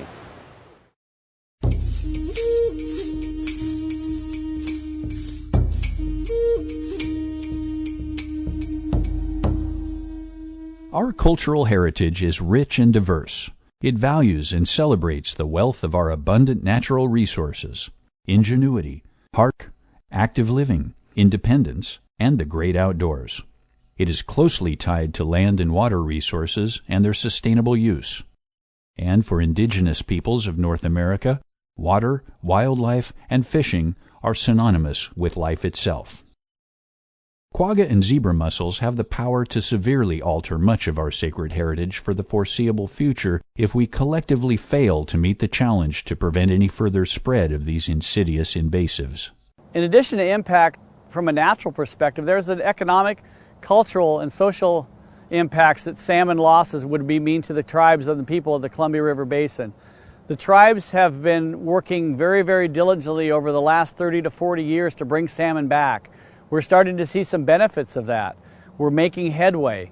We don't fish at times during seasons to make sure that there's enough fish that go through to sustain this, at least on a ceremonial level or subsistence level for the next year. The loss of these fish from mussel impacts would be tremendous. Many of the tribal members depend on fish for their living. They depend on fish for cultural subsistence, and they depend upon these salmon as a religious item. Salmon are the primary food at births, funerals, name givings, and without these fish available, these traditions are in peril.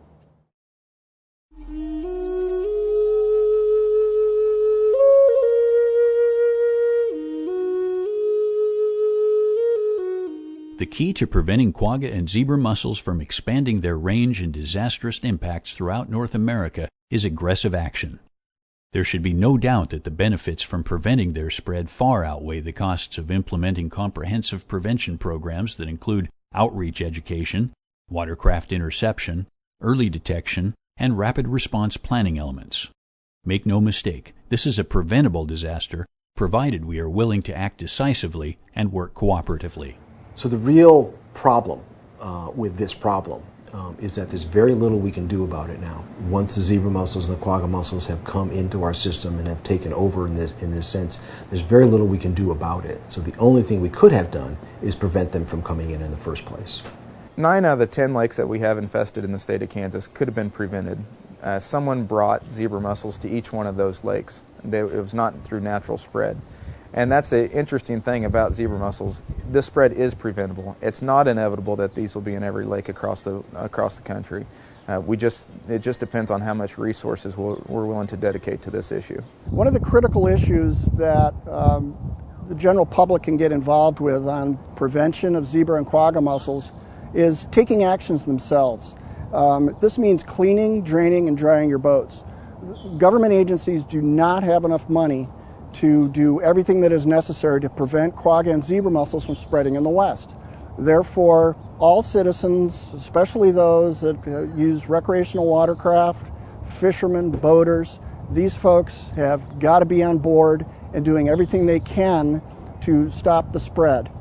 We're all anxious to get in the water. When we're on our way to go fishing, that's all that we have on our minds. But what we need to keep in mind, what needs to be top of mind, is that these fisheries are worth preserving and they're worth protecting. And once these mussels invade our waters, they're going to be everywhere. So spending a small amount of money right now on prevention is worth a pound of cure later. And so the inconvenience today is well worth preserving a fishery we might not have tomorrow. All I can say is don't move a mussel, because they multiply so fast, and prevention is going to be costing you way less than it would cost if you're going to have to keep up with the maintenance, and we've definitely seen that. There's only so much money available through these projects, and so we need volunteerism. We can't emphasize that enough. It's vital that we have that. So anybody that lives out there on a lake, or they recreate or they use those systems, join your local lake association and participate and encourage them to do monitoring at your ramps, your boat launches. I really applaud the West for the way their attention they're putting on prevention and keeping the boats out. That's the way to go. You spare nothing to keep these mussels out of your lakes. Absolutely.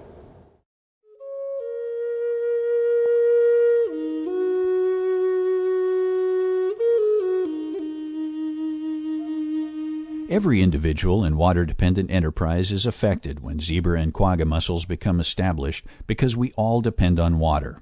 So even if you don't boat, fish, or recreate on your local waterway, you need to be aware of this threat and do what you can to help prevent their spread and control their impacts on water supply, power production, food production, and the thousands of other things that we've come to rely on from a safe, reliable, and economical supply of fresh water.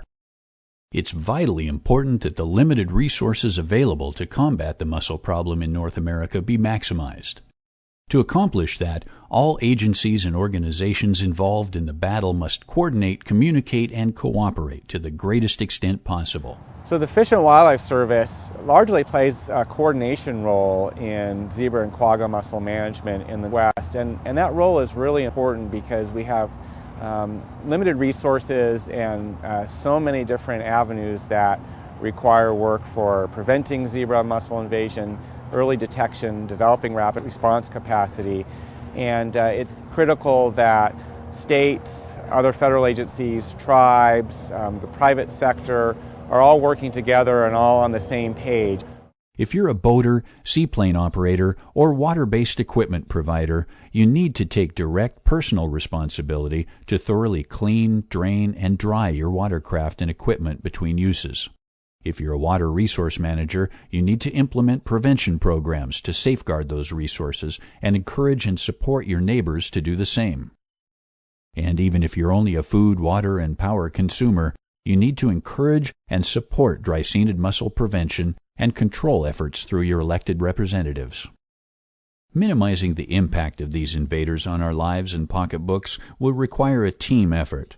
Please do your part and stop aquatic hitchhikers.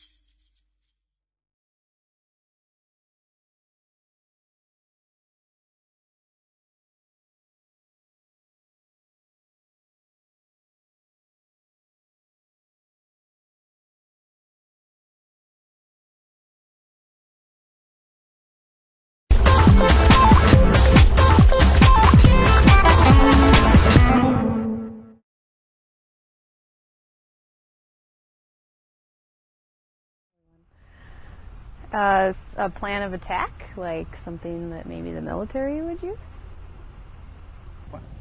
It's a plan that my daughter uses to plan for her basketball games. Strategic plan is how I get my wife and kids in an area that they don't want to be. It's a document that's strategically done. A strategic plan would be the implementation of a vision. A strategic plan is a guiding, fluid document that helps the city plan for its future. The goals and objectives have been identified through community input.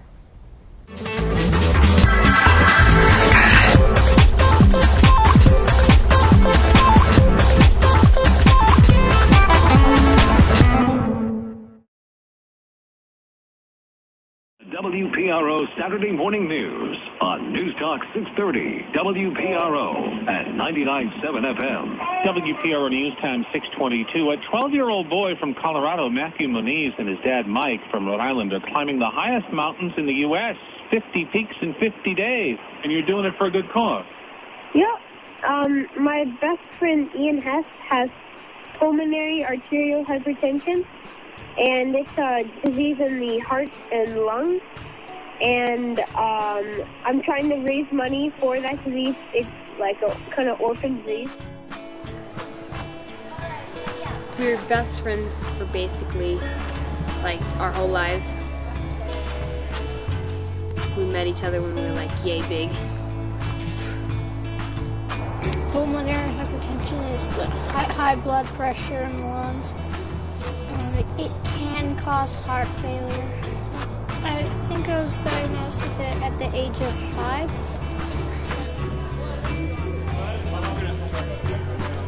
I think mountain climbing is the only really sport or thing you can do to feel what people with BAH have, like what they feel all the time. So I think that's kind of why I climb a lot of the mountains, because it's fun and also because I can kind of feel what Ian feels every day. Our primary goal was raising awareness around pulmonary hypertension, which, as you know, we've talked about, is it's a big focus of the family here. We want to make sure that we continue to bring awareness to that. It's an easy disease to forget about. We needed something on a larger scale, so we thought, what a great idea to do the high points in each state in less than 50 days.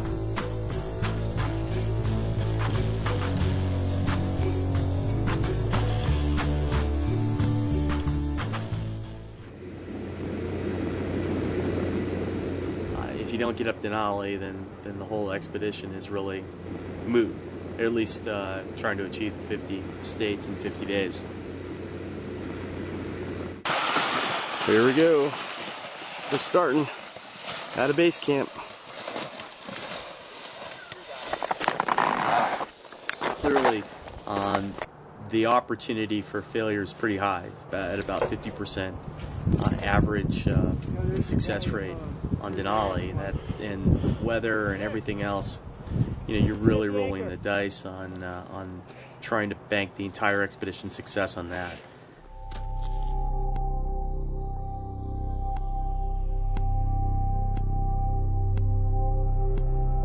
Summit day, Joel, of course, helped us a lot on that, and we started out super early in the morning, 5 o'clock in the morning, but usually people started like more close to like 10 o'clock, and it's perfect. Like, the weather's awesome.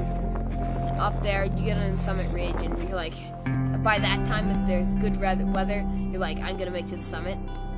You having fun? Yeah. We're gonna make the summit?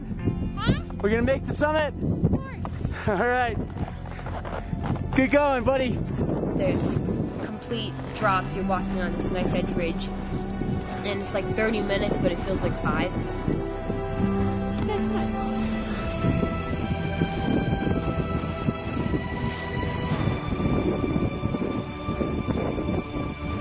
Matt, where are ya? Summit Denali. And? United States. All right. North America.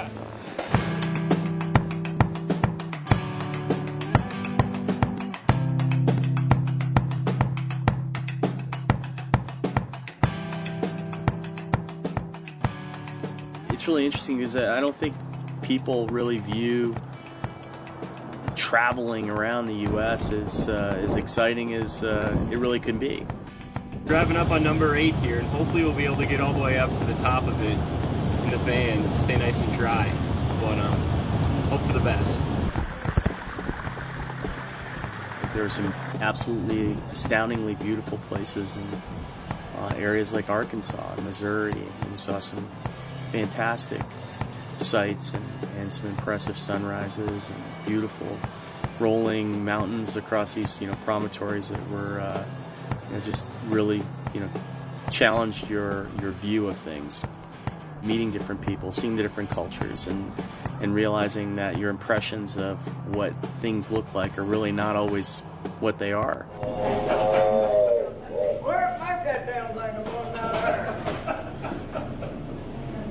I hear the train coming around the bend. Ain't seen my honey since 1910. Hell, I'm gonna burn that camera up. All right, let's go. Now, what are y'all really doing? Really, I mean, I'm crazy. So, he's climbing the high point of every state in the United States, trying to break you've been up on Magazine Mountain, climb it, huh? Yeah. See, that's the highest mountain between the Rockies and the Alleghenies. Huh? Yeah. Mm-hmm. Raise this Get that off. I won't play that boy tune. Mm-hmm. It's an RCA, I think. I don't think so. Is it? Are you paid to think, or you paid to cook breakfast? Well, but they was over. They come in the cafe over this morning, and hell, I didn't know what. Maybe some of them people come in from Mars or something. So I got up and went to ask them questions. We got to get on the road. We were actually literally trying to set a world record, but it was a pleasure taking a break here. Yeah. Well, it's a pleasure y'all coming by, one of us old redneck Arkies, because, hell, I don't know nothing. Yeah. well, good luck. Thank you very much. Appreciate it. Have a good day. How many states have you been in? Oh, we've done 14 summits so far. So we got 36 more to go. I think he was kind of like the man of the town kind of guy. Perfect. Got it.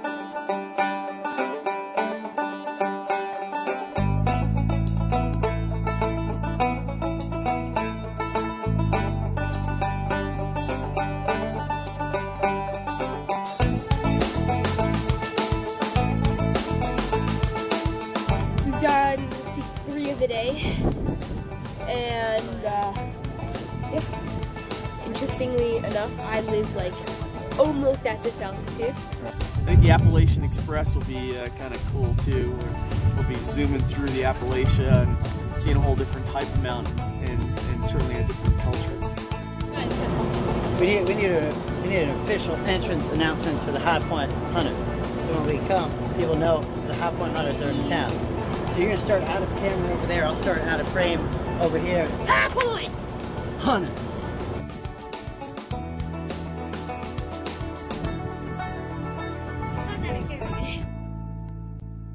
Peel and skin. Yep. This is what happens when you hike Denali and then you go to a bunch of other hikes. Bunch of high points. Yeah. Your feet turn up like that.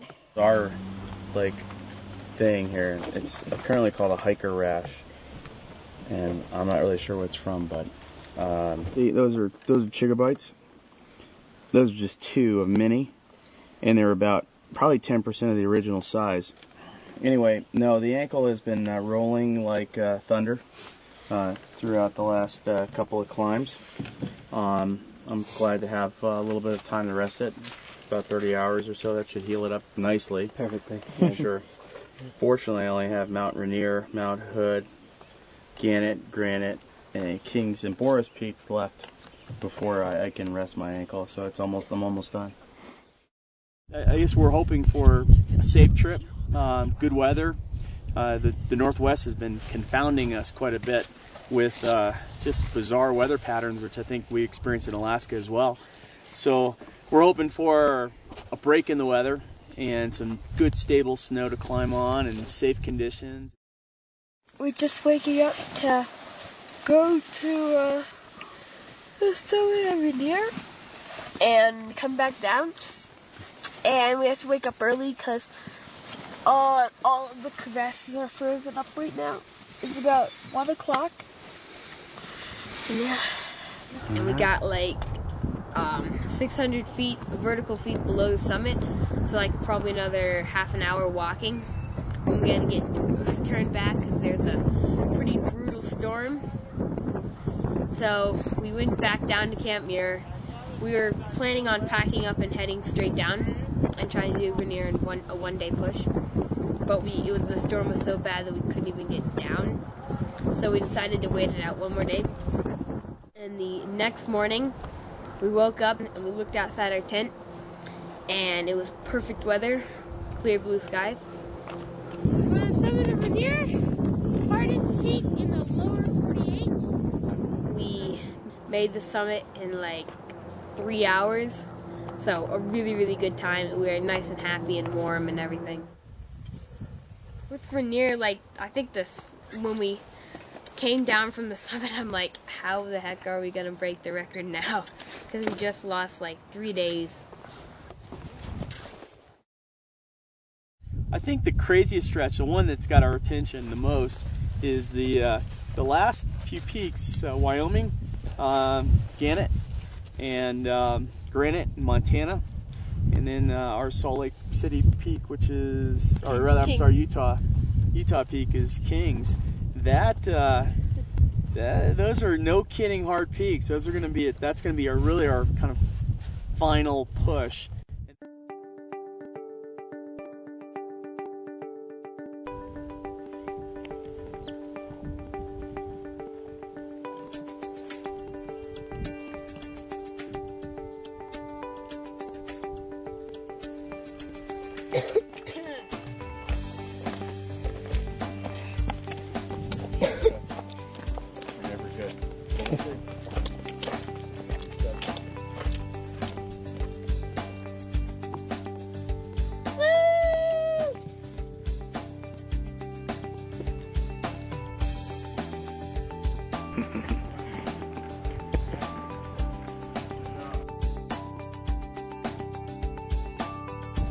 Hey, peak number 57. 57 states in the United States? Yep. 50. 2 more real peaks and then. Did you say 57? You know, I kind of think of Ian a lot of times, and this is kind of how he feels the whole time. And I choose to do mountaineering, and he kind of has to be at high altitude. Like, it's like mandatory kind of thing. So, I mean, that's kind of how I deal with it, you know? As I talk to people who've climbed granite, I'm astounded to hear that how many people have climbed it 2, 3, and 4 times before they reach the summit.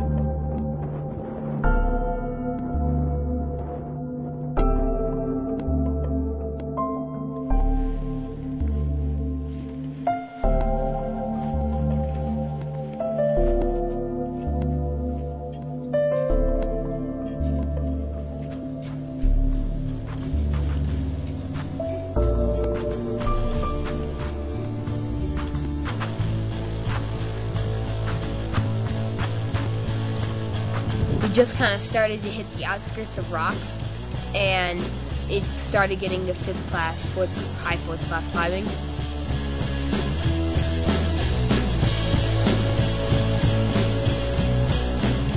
The summit kind of stood up there, and there's like it's exposure all around you.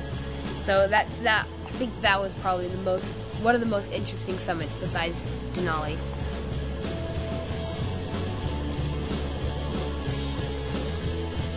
Yeah, you know, finishing up in Mauna Kea, it was surreal. You know, the whole finishing and stepping there and completing it hadn't really sunk in on how big an actual expedition it had been, how much ground we covered. When we got to the top, we were all like kind of bursting with joy. And the next day, I woke up and I'm like, okay, what mountain? And I'm like, oh no. We're in Hawaii. It's one of the greatest experiences in my life. Just, you know, it's hard to even put into words now. cool and how impressive and how impactful it will be.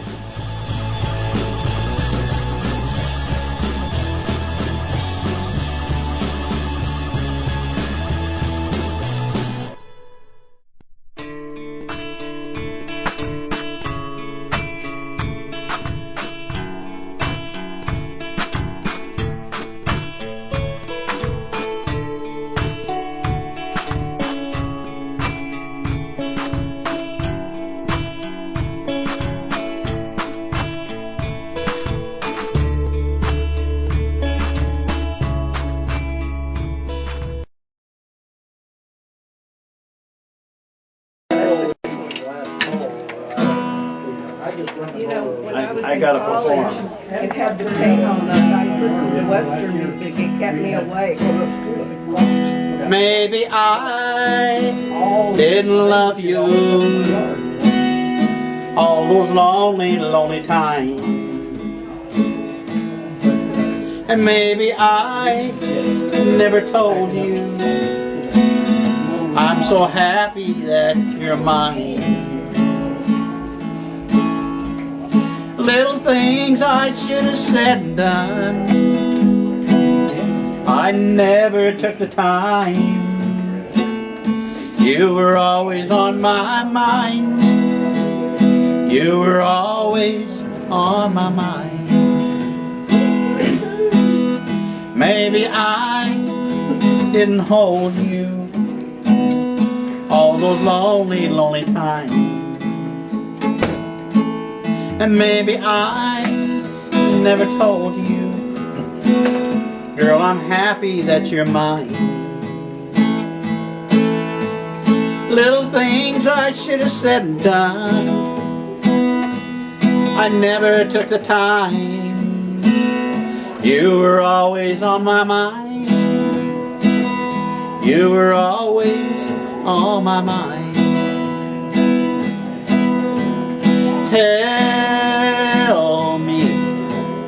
Tell me your sweet love hasn't died.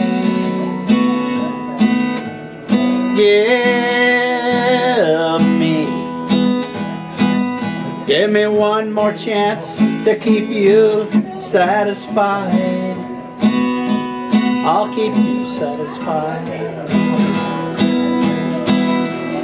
Little things I should have said and done, girl, I never took the time. You were always on my mind. You were always on my mind. You were always on my mind. You were always on my mind. Thank you much. That's a Willie Nelson song. In the twilight glow, I see you. Blue eyes crying in the rain. When we kissed goodbye and parted, I knew we'd never meet again. Love is like a dying ember, and only memories remain. Through the ages I'll remember blue eyes crying in the rain. Someday when we meet up yonder,